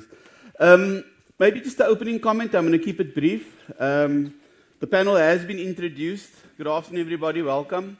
And, you know, the retail landscape in South Africa is a very divergent one. It's an eclectic mix and polarized. And that probably manifests itself in Prof. Rake, in your presentation on food safety, where the formal economy is streets ahead of the informal economy. This polarized world of food safety, where you have companies who are knowing. I watched some content yesterday. There's a company in America. They know exactly eggs, how many they get, how many they produce, who has died as a result of rotten eggs, how many people were ill as a result of rotten eggs, and more importantly, what's the impact on the budget, on the bottom line. So you have this blockchain of data measuring 21,000 data points. And in South Africa, we're just happy there's eggs on the shelf. You know? So the science is favoring the formal economy, while on the other end of the scale, you know, we tend to have this behavior of reactive compliance, Prof, where, you know, when there's a tragedy, we react. Please come on stage and share some of your insights of your report. Prof. Rake of CUT, Wholesale and Leadership Chair. Hi, Prof. Thank you. Thank you. Just waiting for my presentation. Thank you. Thank you, everyone. My chairperson said that if I take longer than 15 minutes, he's going to switch off my sound anyway, so I'll be quick. I've learned a few things today, quite a few things. The first is that I've learned is that our job's going to be taken over by dogs. Did you pick that up? Which was interesting. The second is that on a more serious note that I've learned is, you know, we've been working on food safety in the informal or SME environment, which actually sometimes is in competition to the colleagues that wants to actually promote the environment. Somewhere we should also find each other halfway, not just fearmonger. We do see, 30 young people die from spaza shop outbreaks, which is not nice. But on the other side, we cannot fearmonger everyone and then get spaza shops or the informal sector just closed down because of fear. That's also not on. And then the colleague just here that spoke about incubation also mentioned the fact that he sees a lot of knowledge but not behaviors. All right. So I think I'll be quick. 15 slides, I'll be halfway. And okay, the first that I wanted to just show you is that we've got this retail chair. Thank you to the CETA for their wonderful support. But we've been busy, apart from some work that we've been done in the formal industry, we've been doing a lot of work in the spaza shop industry. Specifically, that's what I'm going to talk about today, an awareness campaign together with the CETA on specifically the SME sector. But that's what I'm going to talk to today. My assignment is to talk a little bit more about the skills and the skill availability. But maybe just one thing that I want you to think about when we get to spaza shops. When we started in Bloem, in the Free State, I thought, you know what, this is just straightforward. And then when I started and see how many role players there are in the sector, that's part of this. It's huge. It's local government. It's the EHPs that want. Then there's the local development, a lot. And then when I started finding, they said to me, no. Are you talking spaza shops? I said, yes. They said, but which of these categories are you meaning? Are you meaning SMEs? Are you meaning women cooperatives? Are you talking about spaza shops? Are you talking about tuck shops at schools? Are you talking about vendors? Are you talking about hawkers? Who are you talking about? So we're also making a mistake, colleagues, if we think that the informal sector is just one or two. And they've got totally different portfolio of how you treat them, from the less to the more formal to the different risks associated with all of these. So we'll also have to start thinking that it's wider than just spaza shops that we call. There's different aspects. And you know what's the irony? The risk associated with each of these portfolios also differ. A single mom that's a street vendor, there's a totally different risk profile than an upscaled facility that wants to push numbers. And that we'll also have to acknowledge. So sometimes we vilify some of the portfolios which shouldn't be the case. So just briefly, we talk about skills. My assignment is to talk about food safety related skills. And I think just briefly, let us just be on the same page, colleagues. Knowledge does not automatically translate into behaviors. Can we just all get on the same page? And the colleague said that. Yes, knowledge is an enabler, but it's not a motivator. I can teach you what is in water, that you can write a test on it and get a certificate. When I'm done, you still won't drink the water. Why would you? You've got the knowledge. I need to explain why is it important, why should you do it, what is the benefits to you. And that we've seen in the food safety sector a lot. What we've done over the past years, I'm talking more the formal industry now, we will just, if there's a shortfall, then we just train. We train on microbiology, we train on safety, we train on first in, first out. We train on the difference between sell-by and best before dates. We train about all of these things, temperatures, all of them. And then we give the certificate at the end of the day, certificate of compliance or a certificate of attendance, and then we cool, and then the auditor signs it off. And is there really a change in behavior? No, because the knowledge remains here. So I think the first principle that I wanted to just bring across is that there's a value chain from knowledge to behaviors. First is knowledge, then it's skills, then it's values, then it's behaviors. And the big part that we are leaving out is the values part. Why am I doing this? Do I have empathy for my customer? Do I have empathy for the environment? Do I stand the implication for what I'm doing?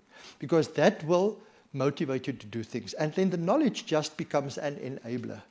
So please, let's just get that. And what I'm talking about is the transcendental skills that we bring across to students, to workers everywhere, about resilience, about creativity, about business development, about not giving up, about being proud of what you do. All of those things, the transcendent skills, is just as important, if not more important, than the vocational skills.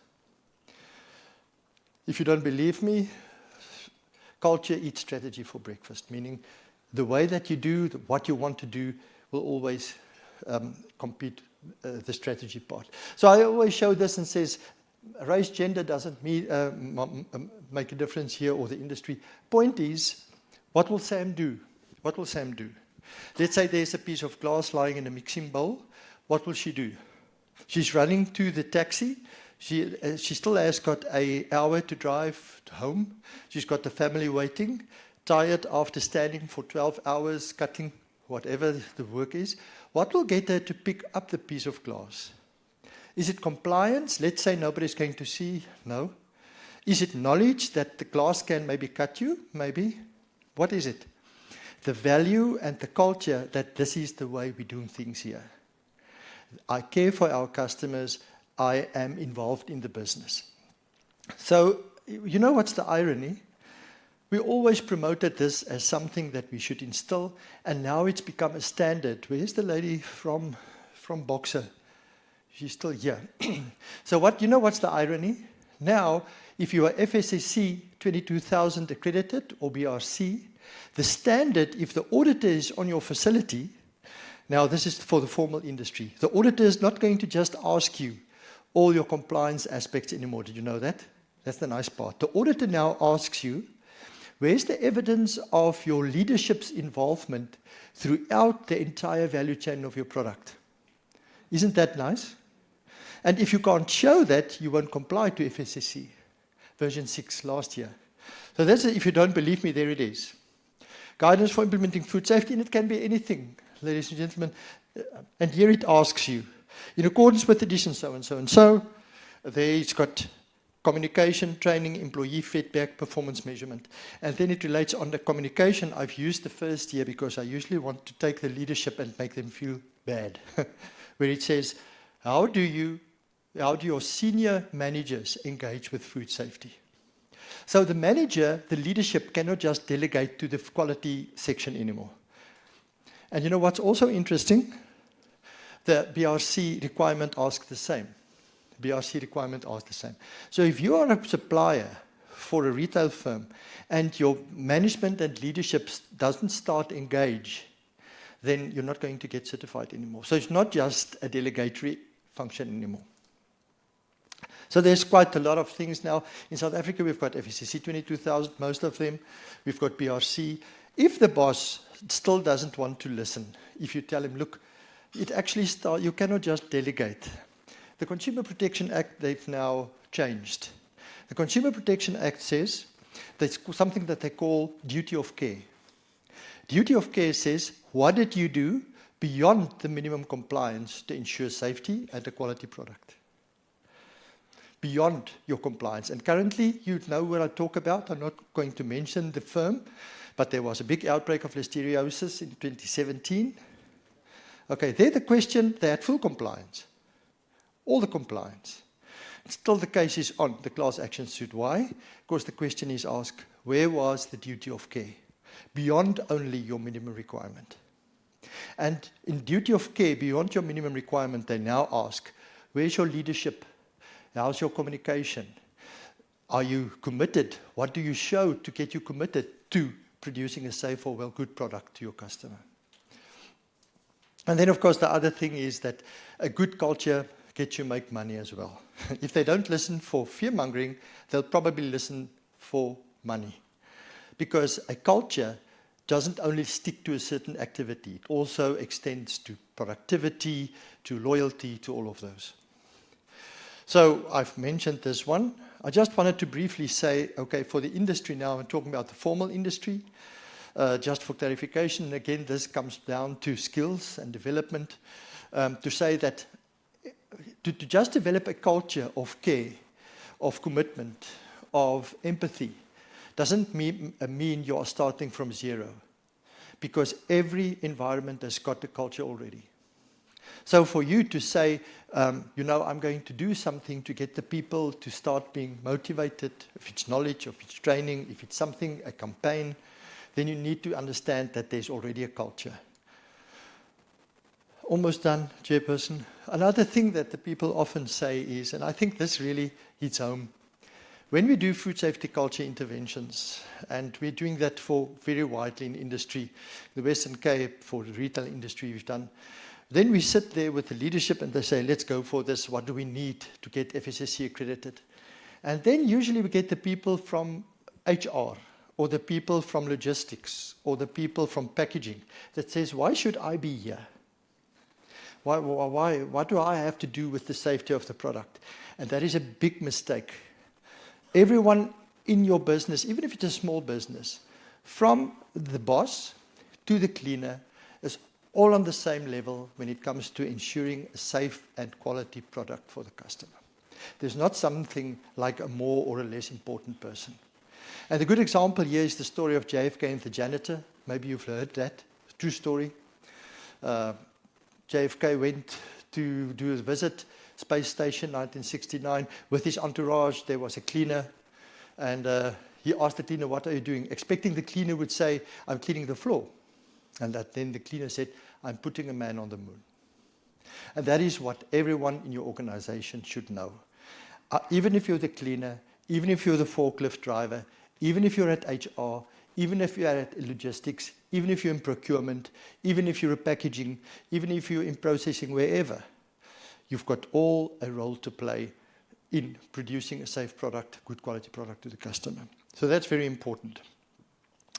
It's my almost done. Just if you want to really become very, academic about stuff, we can talk if we come back to the spaza shops specifically and to the bigger industries to start engaging on what will influence you to be committed. There's a lot of things, culture, you'll see there, there's emotion, there's need, there's knowledge, all of those. But you know what we use most? What we use most in the industry? We use consequence. If you didn't do this, then I'll demote you. You're not going to get your increase. And you know what? Consequence is a very negative behavioral change mechanism because that drives you, doesn't motivate you. So we should, I think, move away, and Jonathan would like to hear this, move away from all these policies, procedures, systems, and processes because it will drive people to do stuff, but it won't motivate them.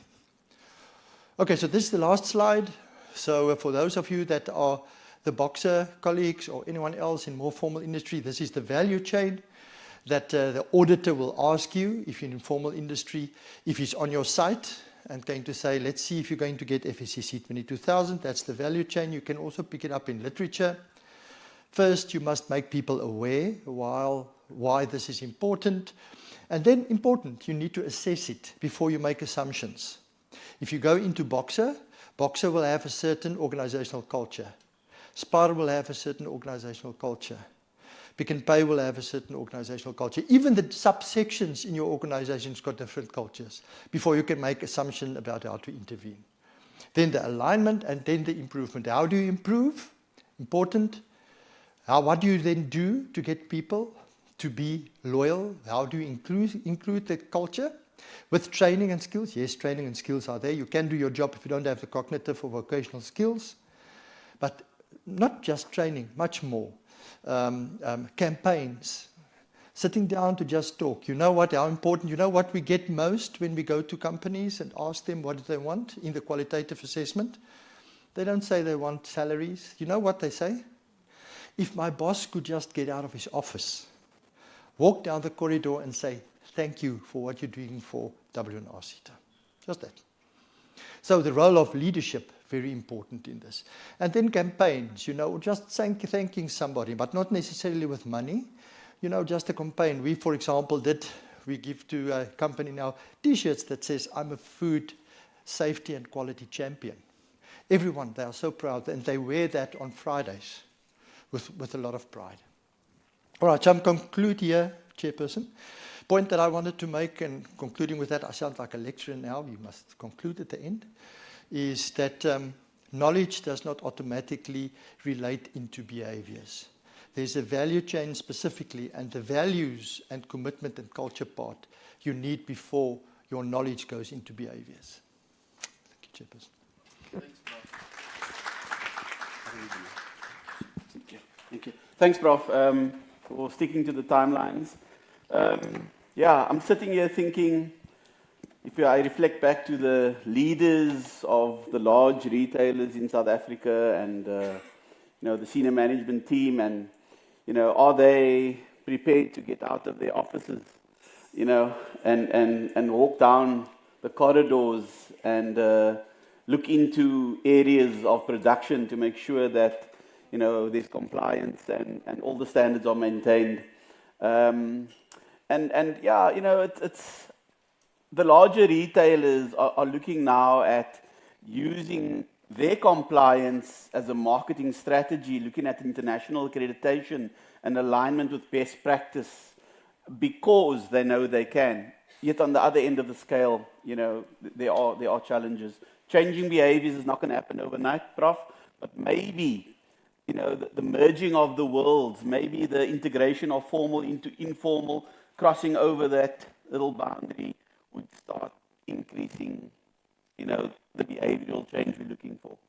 Am I okay with the mic? So I'm going to ask the panel members to hold back and the floor to hold back.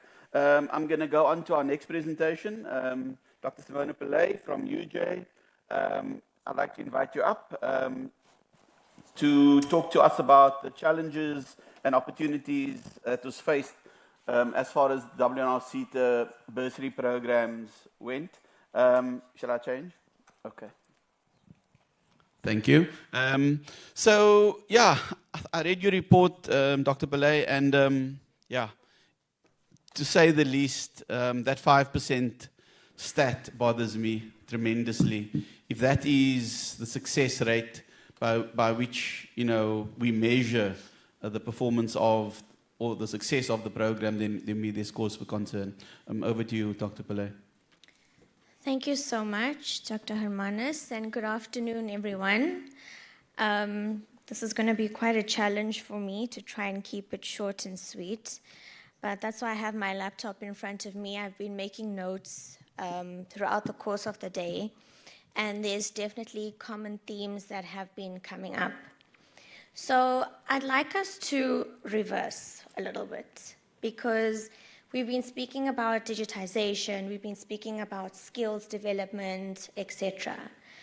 But what about students that have access to funding, or rather do not have access to funding? They are essentially the foundation on which our economy is going to be built. And so the WNR-CETA commissioned us as UJ Research Leadership Chair to conduct a study on their bursary program. So there's a lot of slides, but I'm going to skip through quite a few of them just for time's sake. But essentially, the last study that was conducted in this regard was done in 2020. And we know that that was during COVID. Things have changed since then. And so our study focused specifically on 2023 and 2024. And one of the key issues that was identified was this need for reform of the bursary scheme and to identify what some of the issues were. So we divided our study into 2 phases, and these are the objectives for the phases. But I'm going to go into a little bit of that in more detail when I discuss the methodology. But essentially, our study was grounded and validated in the National Skills Development Plan, the Sector Skills Plan, the CETA's annual plans, and what we found is that a comprehensive stakeholder view, including your PSETs, your employers, and the voices of the students, was lacking. And that is what we used as a foundation to develop the study that we did. So our research methodology focused on 2 phases. The first phase was a pure database analysis. So the CETA gave us access to their bursary program database, and we did a little bit of analysis in that regard. And from there, we came up with a couple of research propositions that were embedded in previous studies for phase 2. So phase 2 was where we collected primary data in the form of an online survey that had a number of closed-ended and open-ended questions. And this survey was distributed to the PSETs, employers, and students alike. So I'm not going to go through all the findings because there is a lot. But basically what we found from our first phase is that when we looked at the demographic profile, remember this was the database analysis, the recipients were predominantly young women. They had a strong representation from Limpopo and the Western Cape, and there were some bursary awards that were clustered in a couple of institutions. In terms of the types of bursaries that were awarded and the amounts, we can see that it varied significantly.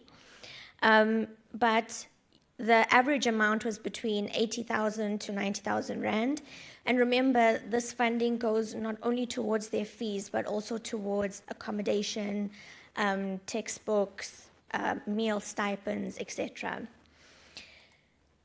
And if we move on, when we looked at the database, we saw that Bakwana Management Business College in Gauteng actually received the most amount of funding. And accounting and business management were the top qualifications that were or that received funding. And I think this speaks to our discussions on digitization and building digital skills. So we proposed a couple of objectives in terms of our phase 1 methodology, but I'll save that for the end because it ties into what we discussed in our phase 2. So we developed 9 propositions in total, and I'm not going to go through all of them, but essentially we were trying to deep dive into, firstly, why are there high dropout rates? Secondly, what influences or what challenges these students in terms of completion and success rates? And thirdly, to get perspectives from all the stakeholders that were involved. So this is what we used to inform our propositions. So we, in conjunction with the online surveys, we also did focus groups. And this was a focus group that was done with a couple of the students that showed the various demographics. And there is definitely demographic representation, as we can see. However, what we see here is aspects related to financial stress because of delayed disbursements. Some of them have a lack of emotional and psychological support. And this ties into the socioeconomic issues that we were discussing earlier. I think Sandile mentioned it. Academic engagement and program alignment. So this now deals with from a matric level. I think one of the previous speakers also mentioned. They don't know where they want to go. They don't know what they want to do. They just get into a qualification because they have the minimum APS requirements and that's where they want to be. Or it could be a societal perception that, accounting is the place to be and that's where they go. But a lot of them struggle in this regard. There is limited practical workplace learning or work readiness programs. So we also heard this mentioned before. They come in there, they don't have the soft skills, they don't have the actual knowledge to be employable. Redundant academic and institutional support. This was an important one that came up. And it speaks a lot to mentorship, academic and career guidance and support. And these were some of the recommendations that we provided. Socioeconomic factors, like I've mentioned, having a cumbersome bursary application process, and all of this ultimately affects their mental health. Excuse me. So whether it's because they're waiting for funding, whether it's they're having personal issues at home. We had a couple of quotes come up where, they were very open and vulnerable in sharing some of the challenges. These were from the students that they face. So we can see here from this infographic or this word cloud that academic support is something that's definitely needed. Whether that comes from the CETA or whether it comes from the institutions, that is still a discussion that we need to have. But in addition to that, financial disbursements paid timely was an important one, and also alignment to their careers. So a lot of this is a little bit of repetition. We found key themes that were recurring. So I'm just going to move through to some of the more important aspects. So the one question we asked is how to enhance career pathways. Not all of them know why they are studying what they are studying, and not all of them know the articulation routes and where they can eventually end up. So having a program in place that can really guide them and mentor them, and having the institutional support to help them and guide them is important. Communication was also key. So a lot of the students acknowledged that yes, indeed, while payments might be delayed, at least if they receive communication or feedback, they know what they need to do in the meantime. And then career exposure from a high school level. So this was about regional disparities, and it's also a key question that I want to bring up. So Solplaiki and VUT actually showed higher completion rates in terms of qualifications. But what I want to make known to everyone is out of the 5,800 respondents on the database that we looked at, the stats show that I think it was only about 297 students actually completed.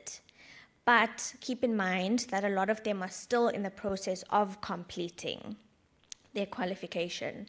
So it's not as bad as it looks.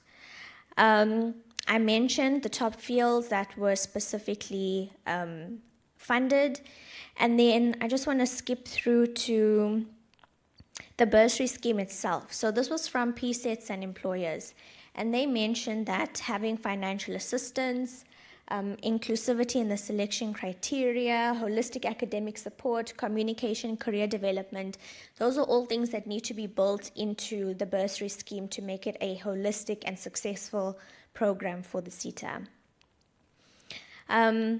If I just skip through, so there was also a question we asked in terms of entrepreneurship. Despite the fact that students do want to grow and progress in their careers, like we've mentioned today, entrepreneurship is something that is up and coming and becoming more pertinent to the economy and to the younger generation.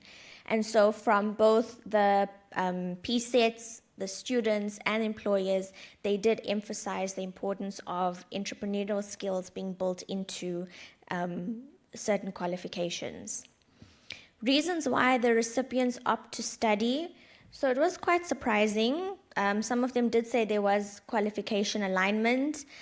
Some of them did say they have a passion, but like we know in retail, a lot of them just enter into the qualification either because they have funding for it or because it's the second or third option. They couldn't get space in their first option as a qualification. Some of the barriers that they face, I think I covered this, so I'll skip that. And this little model just encapsulates the holistic nature that maybe the program can benefit from. So all stakeholders involved are able to support one another, and students especially will eventually receive the benefit of having a bursary funded by the SETA. So in terms of the research objectives, I'm not going to read through it, but there's just a couple of questions that I'd like to leave you with. And these could be hypothetical or just something to note down. So the first research objective for phase 2 was to identify and evaluate the challenges and implications that the WNR SETA bursary scheme faces. So my question to you would be, if delayed payments and the lack of support systems for students, whether it's from us as institutions or whether it's what's required from the SETA, are they key dropout drivers? And should the SETA focus its resources on building robust financial and psychosocial support at the cost of funding fewer students? That would be my first question to leave you with. In terms of objective number 2, to assess the adequacy of current educational programs and WR bursary support in preparing students for the job market and entrepreneurial endeavors. The question here I would want to leave you with is, what would change if every bursary recipient was guaranteed a structured internship or entrepreneurship incubation experience alongside their studies? Could this strengthen employability, or would this overload or stretch the system? And lastly, in terms of objective number 3, so this was to explore and recommend ways to enhance or align the bursary programs with emerging occupations that extend beyond just accounting and business management like we had seen. So if the CETA continues to prioritize what we call traditional qualifications, there could be a risk that we are preparing students for jobs that may become redundant.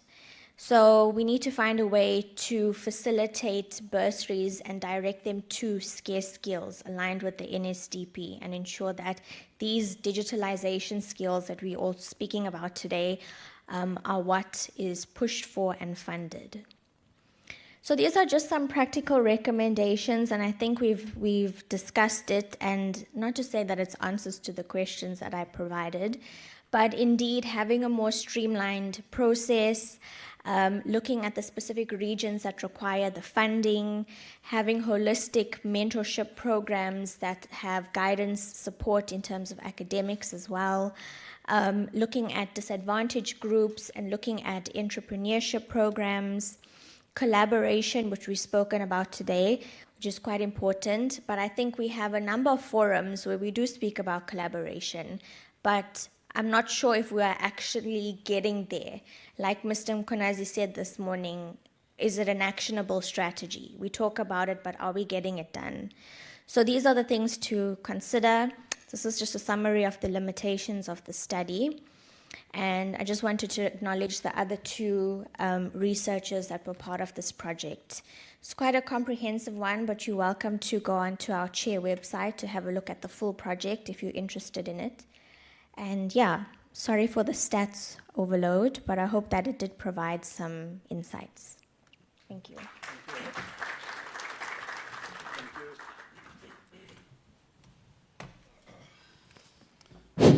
Thank you, Dr. Pillay.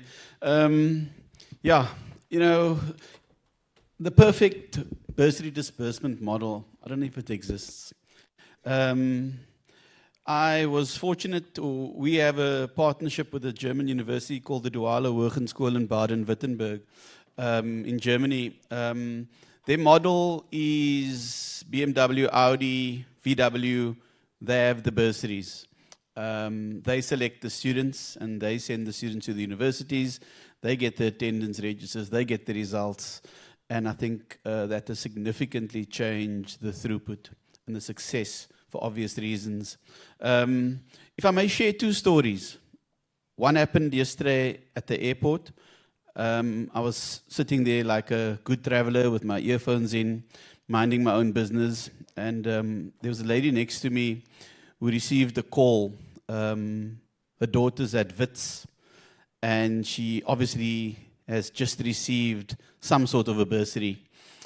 Short of her kissing me, hugging me, jumping up and down, you know, popping a bottle of champagne, crying, shouting. And I sat there and, you know, I said congratulations repeatedly, but that's the impact on the family. This young student is on a trajectory now of potential success. And I heard her say, your hard work, your commitment, your diligence, and you've been rewarded. So the reward was post the hard work. The second comment or story I'd like to relate was when I spoke to my colleague from DUT this morning, Dr. Pillay, it relates to delayed disbursements. And I'm just quoting 3 suicides at DUT in the last 3 weeks, potentially related to delayed disbursements, not necessarily in any way connected to the CETA, but delayed disbursements has resulted in student death. That's the other end of the continuum. You know, student wellness, student mental health, students they can't learn on empty stomachs. It's a real problem. I've followed the NSFAS story closely. It's a challenge on its own.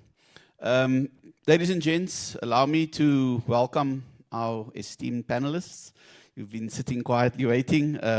In no particular order, Mr. Ndongo, the Manager, Research and Planning of the National Testing Agency, welcome to you. Ms. Ramuyatse, you are from Capricorn TVET College. You are the Deputy Principal, Innovation and Development, and Mr. Tony Lebese, co-founder and custodian, EaseUp. So, colleagues, I'm going to ask you, we've got 2 topics on the table, and the overarching theme is impact and sustainability. We've got Prof. Rake, with food safety. We've got our bursary program that has its own challenges.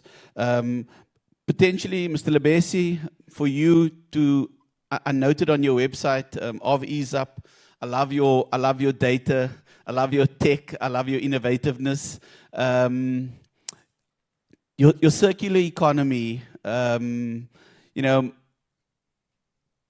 the best story, last one, of these young students in Cape Town who've taken old vape devices, and they've converted the vapes into power banks, which they sell for 250 Rand. Better than that, the companies who produce the vapes are paying them a couple of $100,000 for research and development. Better than that, those old batteries, or within those 50,000 vape machines that they collect every month, they are refurbishing and reselling them into the formal economy in South Africa. That is a circular economy. So, Mr. Lebese, maybe over to you just to comment on the food safety side of it. Thank you. Perhaps just to give a bit of context, when we refer to circular economy, and that was the need for us to even reinvent it to sticky money economy, so that we change the narrative from reusing items, but to circulating money within the economy. So I would say, I'd like to hook on to your story about student suicides, for instance. And I just want to highlight one thing. Let's take the student economy. There's about 800,000 or so students who are funded by NSFAS. And amongst what they're being funded for is food. And if you take an example of each student spending at least 1,000 rands on grocery, that's about 811 million rands that the student economy is generating. Now, retail normally enjoys an average 20% gross profit, gross margin, and that equates to about 162 million in gross profit that economy is generating. And now imagine the possibilities if we're able to then capture that economy for students and get it to circulate around them. And to just ask ourselves how many of those unfortunate incidents it could help us avoid. So regarding safety, there's not much that from our side we can comment on, but I think the idea of embedding entrepreneurship deeply within the schooling system, especially in higher education, there is a lot of value, and we've spoken about collaborations throughout the day. And what I'm asking myself, and what's very exciting to even think about, is what kind of collaborations, or the new kinds of collaborations, how do they look like? What is it that we need to break down so that something new and exciting can emerge? And I'm looking forward to those engagements. Thank you very much. Thank you, Mr. Lebese. So maybe then I would like to pull in Mr. Ndongo from the National Testing Agency. Comments on your organization's involved in testing and ensuring maybe an improved caliber of student is through the testing process gains access to higher education. Is this something that you see yourselves playing a role in terms of potentially improving the throughput of bursary recipients? Thank you very much. I think with your permission, allow me to just a bit introduce myself since I came across the border.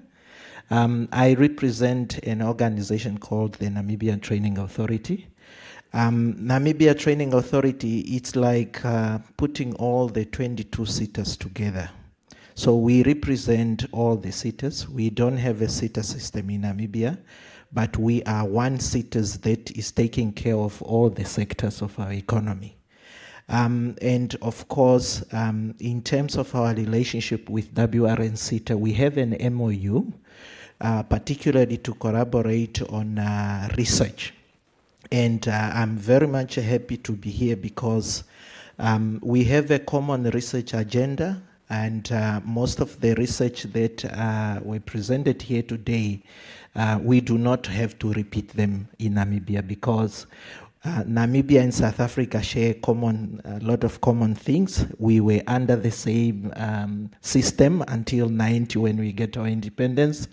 The biggest shops that you have here are still the biggest shops in Namibia, so we are still the same.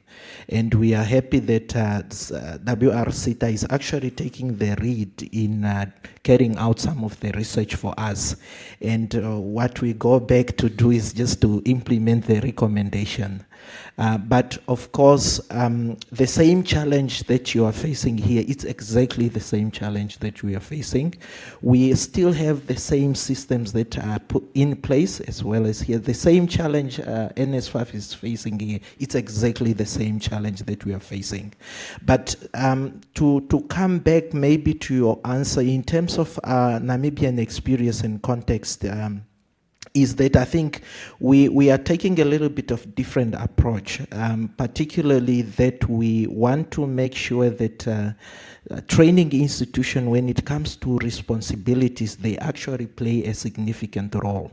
Where we said, in terms of your funding agreement, it is tied to the concept that you should be able to keep the trainees within the training environment, or you lose the risk of your funding. So if you have a certain percentage of dropout in terms of your trainees, then the money that is supposed to be dispersed to you also reduce with that. And what we have seen, particularly with private training institutions, is that they are able to keep their trainees within the training environment. We still have to work out a modality with a state-owned institution because they have a different funding regime, and of course it's a little bit different to actually tie that to that. But the same challenge that you guys are facing here are exactly the same that we face across the borders. Thank you. Thank you, Mr. Ndongo. Apologies. I saw NTA in the program. I AI'd it, and AI told me definitely the National Testing Agency. So I blame AI. So apologies for that. And I think it's comforting to note that, over the border there are similar challenges. I'm going to ask my last panelist, Mrs. Ramoyatsi, who's from Capricorn TVET College, maybe just for a comment based on what has been deliberated in front.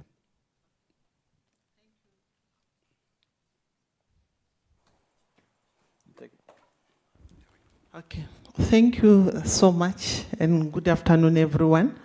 It is also a pleasure for us to be part of this session, but I would also like to concur with Dr. Simona to say, as students are arriving at the TVET colleges, you raise issues with regard to especially the payments of students, because we have to support them holistically from the pre-entry until they exit our system. But at the same time, the challenges that they are facing, especially with regard to funding, is really cutting across all the TVET colleges in the country. But we also like to appreciate the support, because 80% of our students are really being funded through NSFAS, and 20% are funded through the SETAs. And we also like to appreciate Wholesale and Retail SETA, because the funding really comes in hand. But I also like to allude to say, we also need to look into the occupations in high demand so that we can have a return on investment. So that as a country, we not only invest in programs that are no longer responsive to the needs of the industry, but TVET colleges has to work closely through collaboration and action with all the industries to make sure that the industry is part of curriculum development. And in that way, we will be in a position to identify the loopholes in our curriculum delivery, including some of the digitalizations that were shared through the processes, to say, let the industry together with the TVET colleges develop the curriculum together so that we are in a position to identify the critical skills that the industry is looking for so that we have got a return on investment. But at the same time, TVET colleges are the cornerstone of the country. But to understand that by 2030 we'll be producing artisans, but those artisans must be relevant to what the country is going. But at the same time, entrepreneurship is key so that we are producing those students that will also contribute more toward an inclusive economic growth. Thank you. Thank you so much, Mr. Ramanyati, for your insights. Maybe just to use the analogy of the tortoise and the hare, you know, I always use that. I think education is moving quite slowly. You know, the industry is moving at an alarming rate. I attended a session by, I was invited, I thought it was a scam. Who invites you to a free dinner? So I initially thought, this is not going to work. I eventually phoned the hotel. They said, no, it's on. So I went.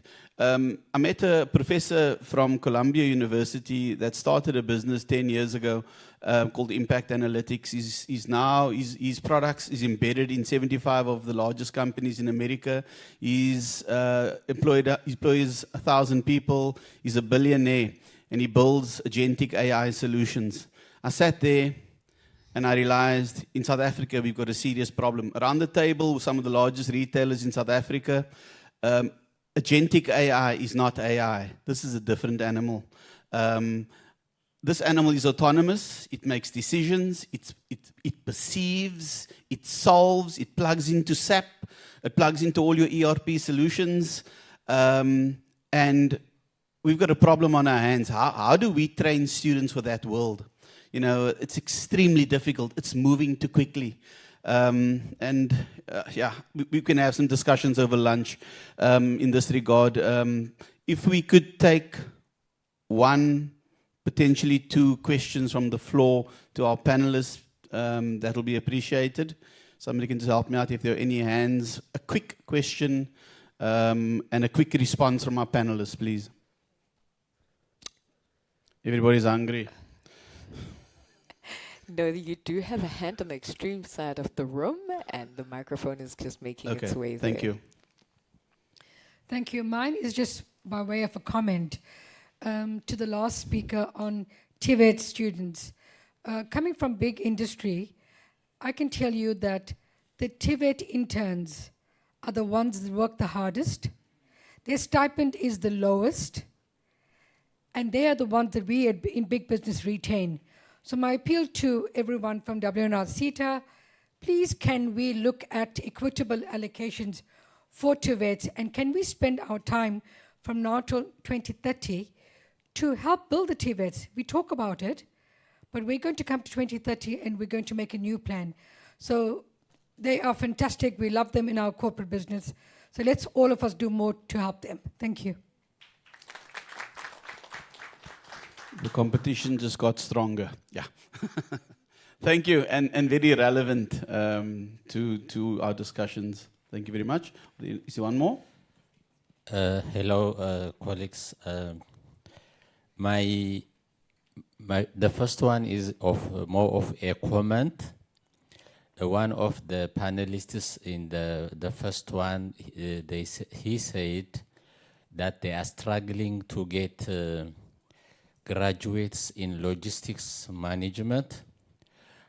Maybe this is part of the disconnect which was mentioned by the program director. For example, at the University of Zululand, there is a transport and logistics department. It is at NQF level 6. So maybe we need to connect so that some collaboration and, we can talk about the way forward. And the second comment is, Mr. Doba said the digitalization, the technology, it is a moving target. So just we are the followers of the West or the developed countries. So is that the way forward? I know there are initiatives by some African countries like Egypt, Morocco, Ghana, Rwanda. They are developing their own AI, even South Africa. So my take is we need also to develop our own AI that talks to our African, South African context. We can't be always dependent on the North. So this is the comment. Thank you so much. Thank you so much. We need to grow our own timber. Prof. Ryk, Prof. Pillay, panelists, thank you very much for your time. Thank you to the plenary for your contributions and your insights.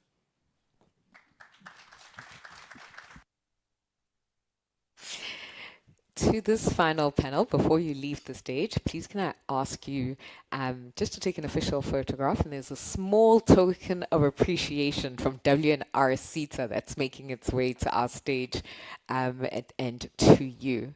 Whilst Prof. Please just stay with them, Terence, as well, because you're very much a part of that photograph. With that, please can I also just invite to the stage, and let me just triple confirm, Mr. Sunshine Ngobo. Is Mr. Ngobo with us? Oh, there he is. All right. And Miss Lindiwe Ntapo, if I can invite them as well to the stage to be part of this official photograph. Thank you so much. The photographer is here and ready, if they can just make their way. And then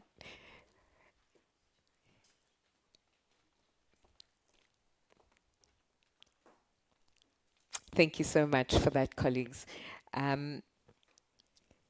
Ladies and gentlemen, as indicated by Terence, indeed this panel is the second to last item that stands between us and lunch and the opportunity to interact. Because after a day as filled with incisive insights, shared experiences, and so much learning, I think it's absolutely critical that we leave today having some summary and a consolidated view on what has been shared, but perhaps more importantly, that paints now the pathway to what do we do next? How do we talk to each other differently for new outcomes? Not, new outcomes, but also how, of course, do we move with existing partnerships and bring on board some of the alternative partnerships that have come up as part of today's gathering, to make sure that nobody is left behind, but also at all times we are extending this table.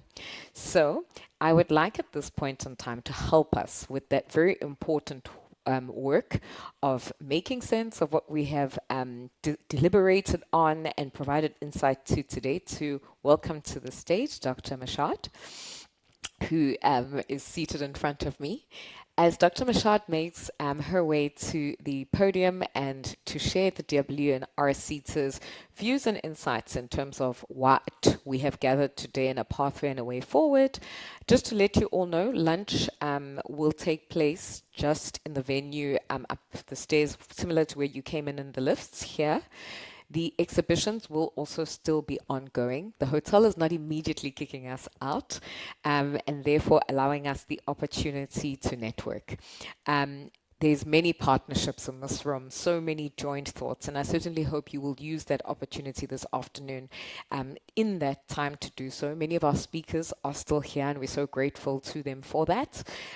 Please do feel free, and if they can indulge us, that if anybody does still have any questions for them, please can you pose them to them. The WNR CETA Management Exco team is also here, ladies and gentlemen. To those of you who are members of industry, the institutions, business who join us here today as well.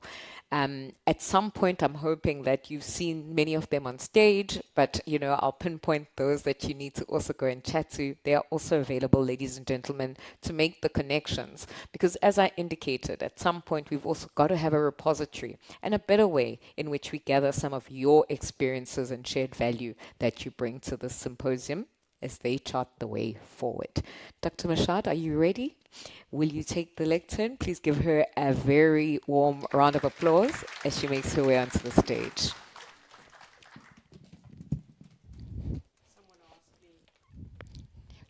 Someone asked me that the other day, and my response was typical Aries. I was born ready.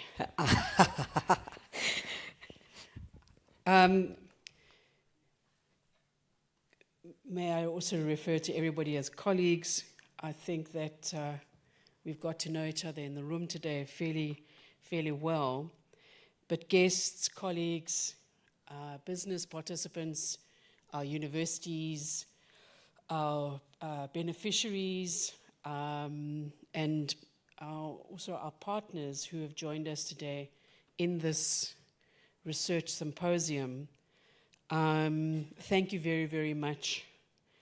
And one thing I can say for sure is that obviously we have recorded the event, and we will be making a formal note available from the event today. Otherwise, we wouldn't be researchers. So this started off as a research symposium on a couple of the research outputs and in the summative document that you have over there to reflect on that. And I think if the truth be told, we certainly have generated today far wider than just what has been put onto paper in those research items over the past year. I want to invite you to really take up the challenge and take on those research pieces where you're interested in, and to encourage you to give us feedback. And I know two of my team members are at the back, and we're going to try and think about how we create an avenue to get that feedback from you. So without further ado, let me just cover some of the areas that have come through fairly significantly today. And this does happen.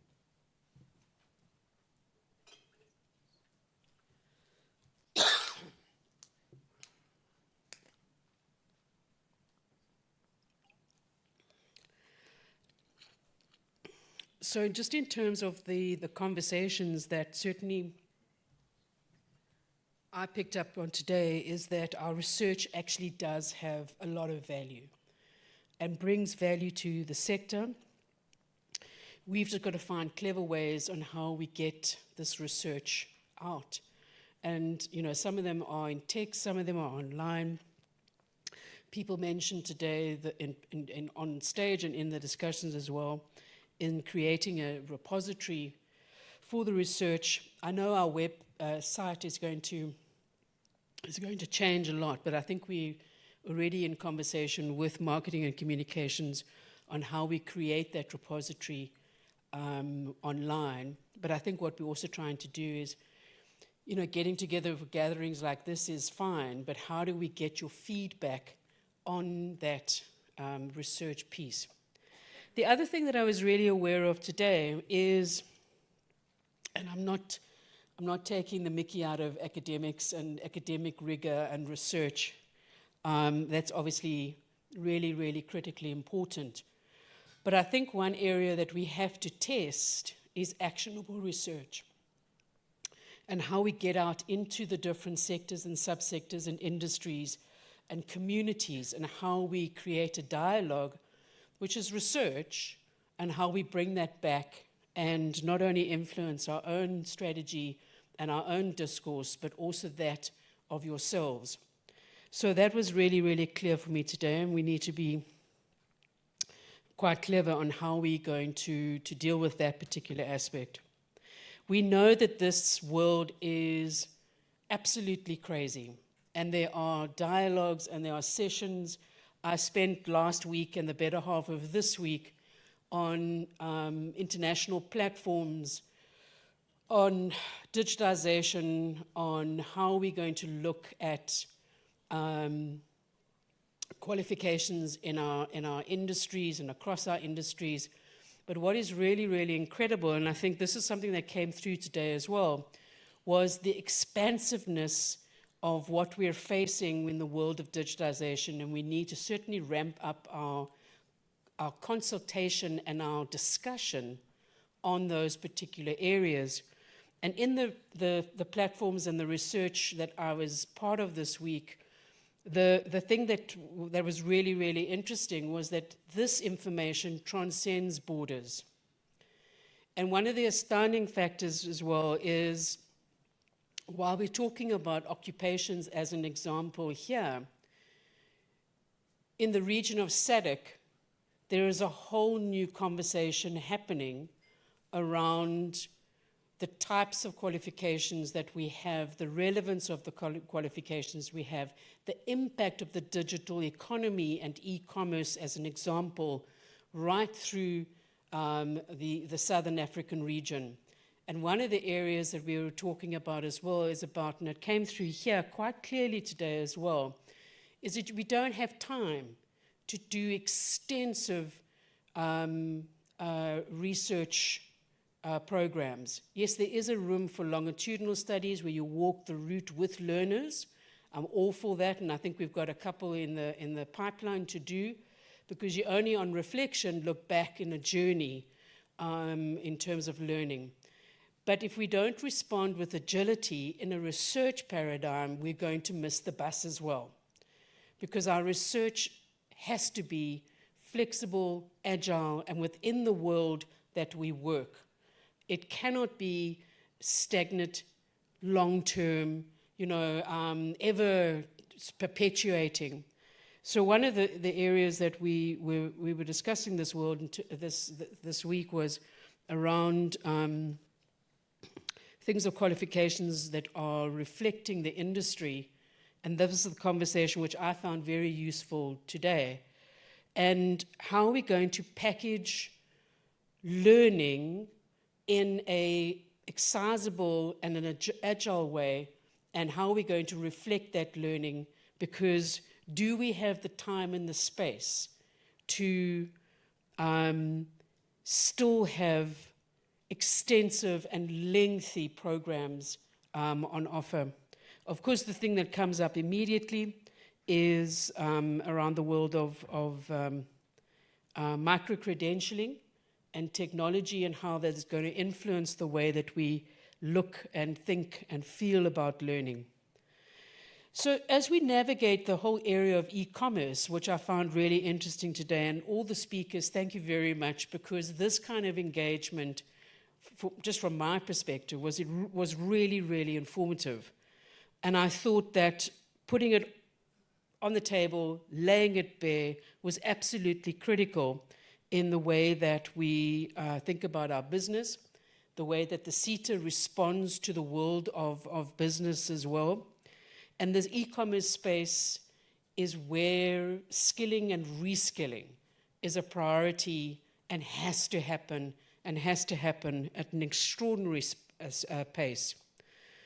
I did bend over to chat with the CEO, because I was quite interested in the sense of, I think we've always looked at it, and our research maybe is a bit complicit in this. We've always looked at the aspect of, that we, and as particularly as educational institutions, try and adapt. We complain a lot. We say that our lecturing staff are not up to speed, they're not exposed, they're not out there. So one of the challenges, and I think we'll format this in a kind of sensitive way, is that how do we turn the wheels around and get industry into our institutions, fully engaging in our institutions? Throwing money at something is great. Money is always needed, particularly in a research capacity. But how do industry move into institutions, become mentors to mentees? How do people in institutions become aware of the teaching of various components of industry without industry present? So I think that's a kind of, let's flip the tables, let's stop trying to isolate ourselves in a training institution from industry, and let's ask industry to come into the front door. And I go back to 2000, when we were designing and developing the new occupational framework for qualifications development. And I don't think this is really happening anymore. But the entire thing about that framework and all the components of that qualification were supposed to be designed and developed by industry, not the other way around. So I think that's a really strong theme that came through, and I'd like to look at that and look through a different lens of how the CETA works with industry and encourages industry to take up their role in CETs, in TVET colleges and universities and comprehensives and universities of technology, because there's always going to be an academic component. I mean, let's not be silly, but there's a working component that we're missing. And someone mentioned the trainer. So I think it was Mr. Dorbo who mentioned it as well.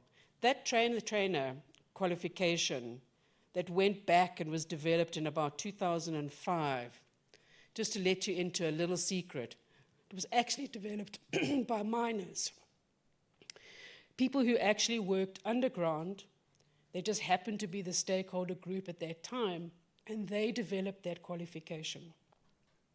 And if you go and look at the qualification, it might have gone through a couple of evolutions now, but if you go and look at the qualification, you will see that the elements that were in there were key to what they thought trainers actually needed. Not the fluff, not the expansiveness, but the key elements that trainers needed. And I think that's vital. So from our research point of view, one of the themes that comes through for me is to really consult with the industry, consult with all of you. I am going to ask my guys to set up a mailing list, because I think that you start becoming part of a mailing list and receive, if Poppy allows me, and I think they do, but receive updates from us, links to different things that we're finding, the work that we're challenged with and undertaking, so that this communication, this dialogue continues further than just today. So to try and deal with this disconnect between not only ourselves, but industry players and our learning institutions. So we have a number of role players, and one of the things that I really appreciate today was the fact that we had such a diverse array of role players, and we got to understand, the SPASA, the township economy, the communities that it serves, the life cycle of a SPASA shop within the township economies, and the potentials that shows up. From the institutional perspective, I think I've covered that, the creation of sustainable jobs, and we haven't even touched the surface of, we've spoken about digitization today, but there's a whole emerging area around energy, alternative energies, skilling up, water, sustainability,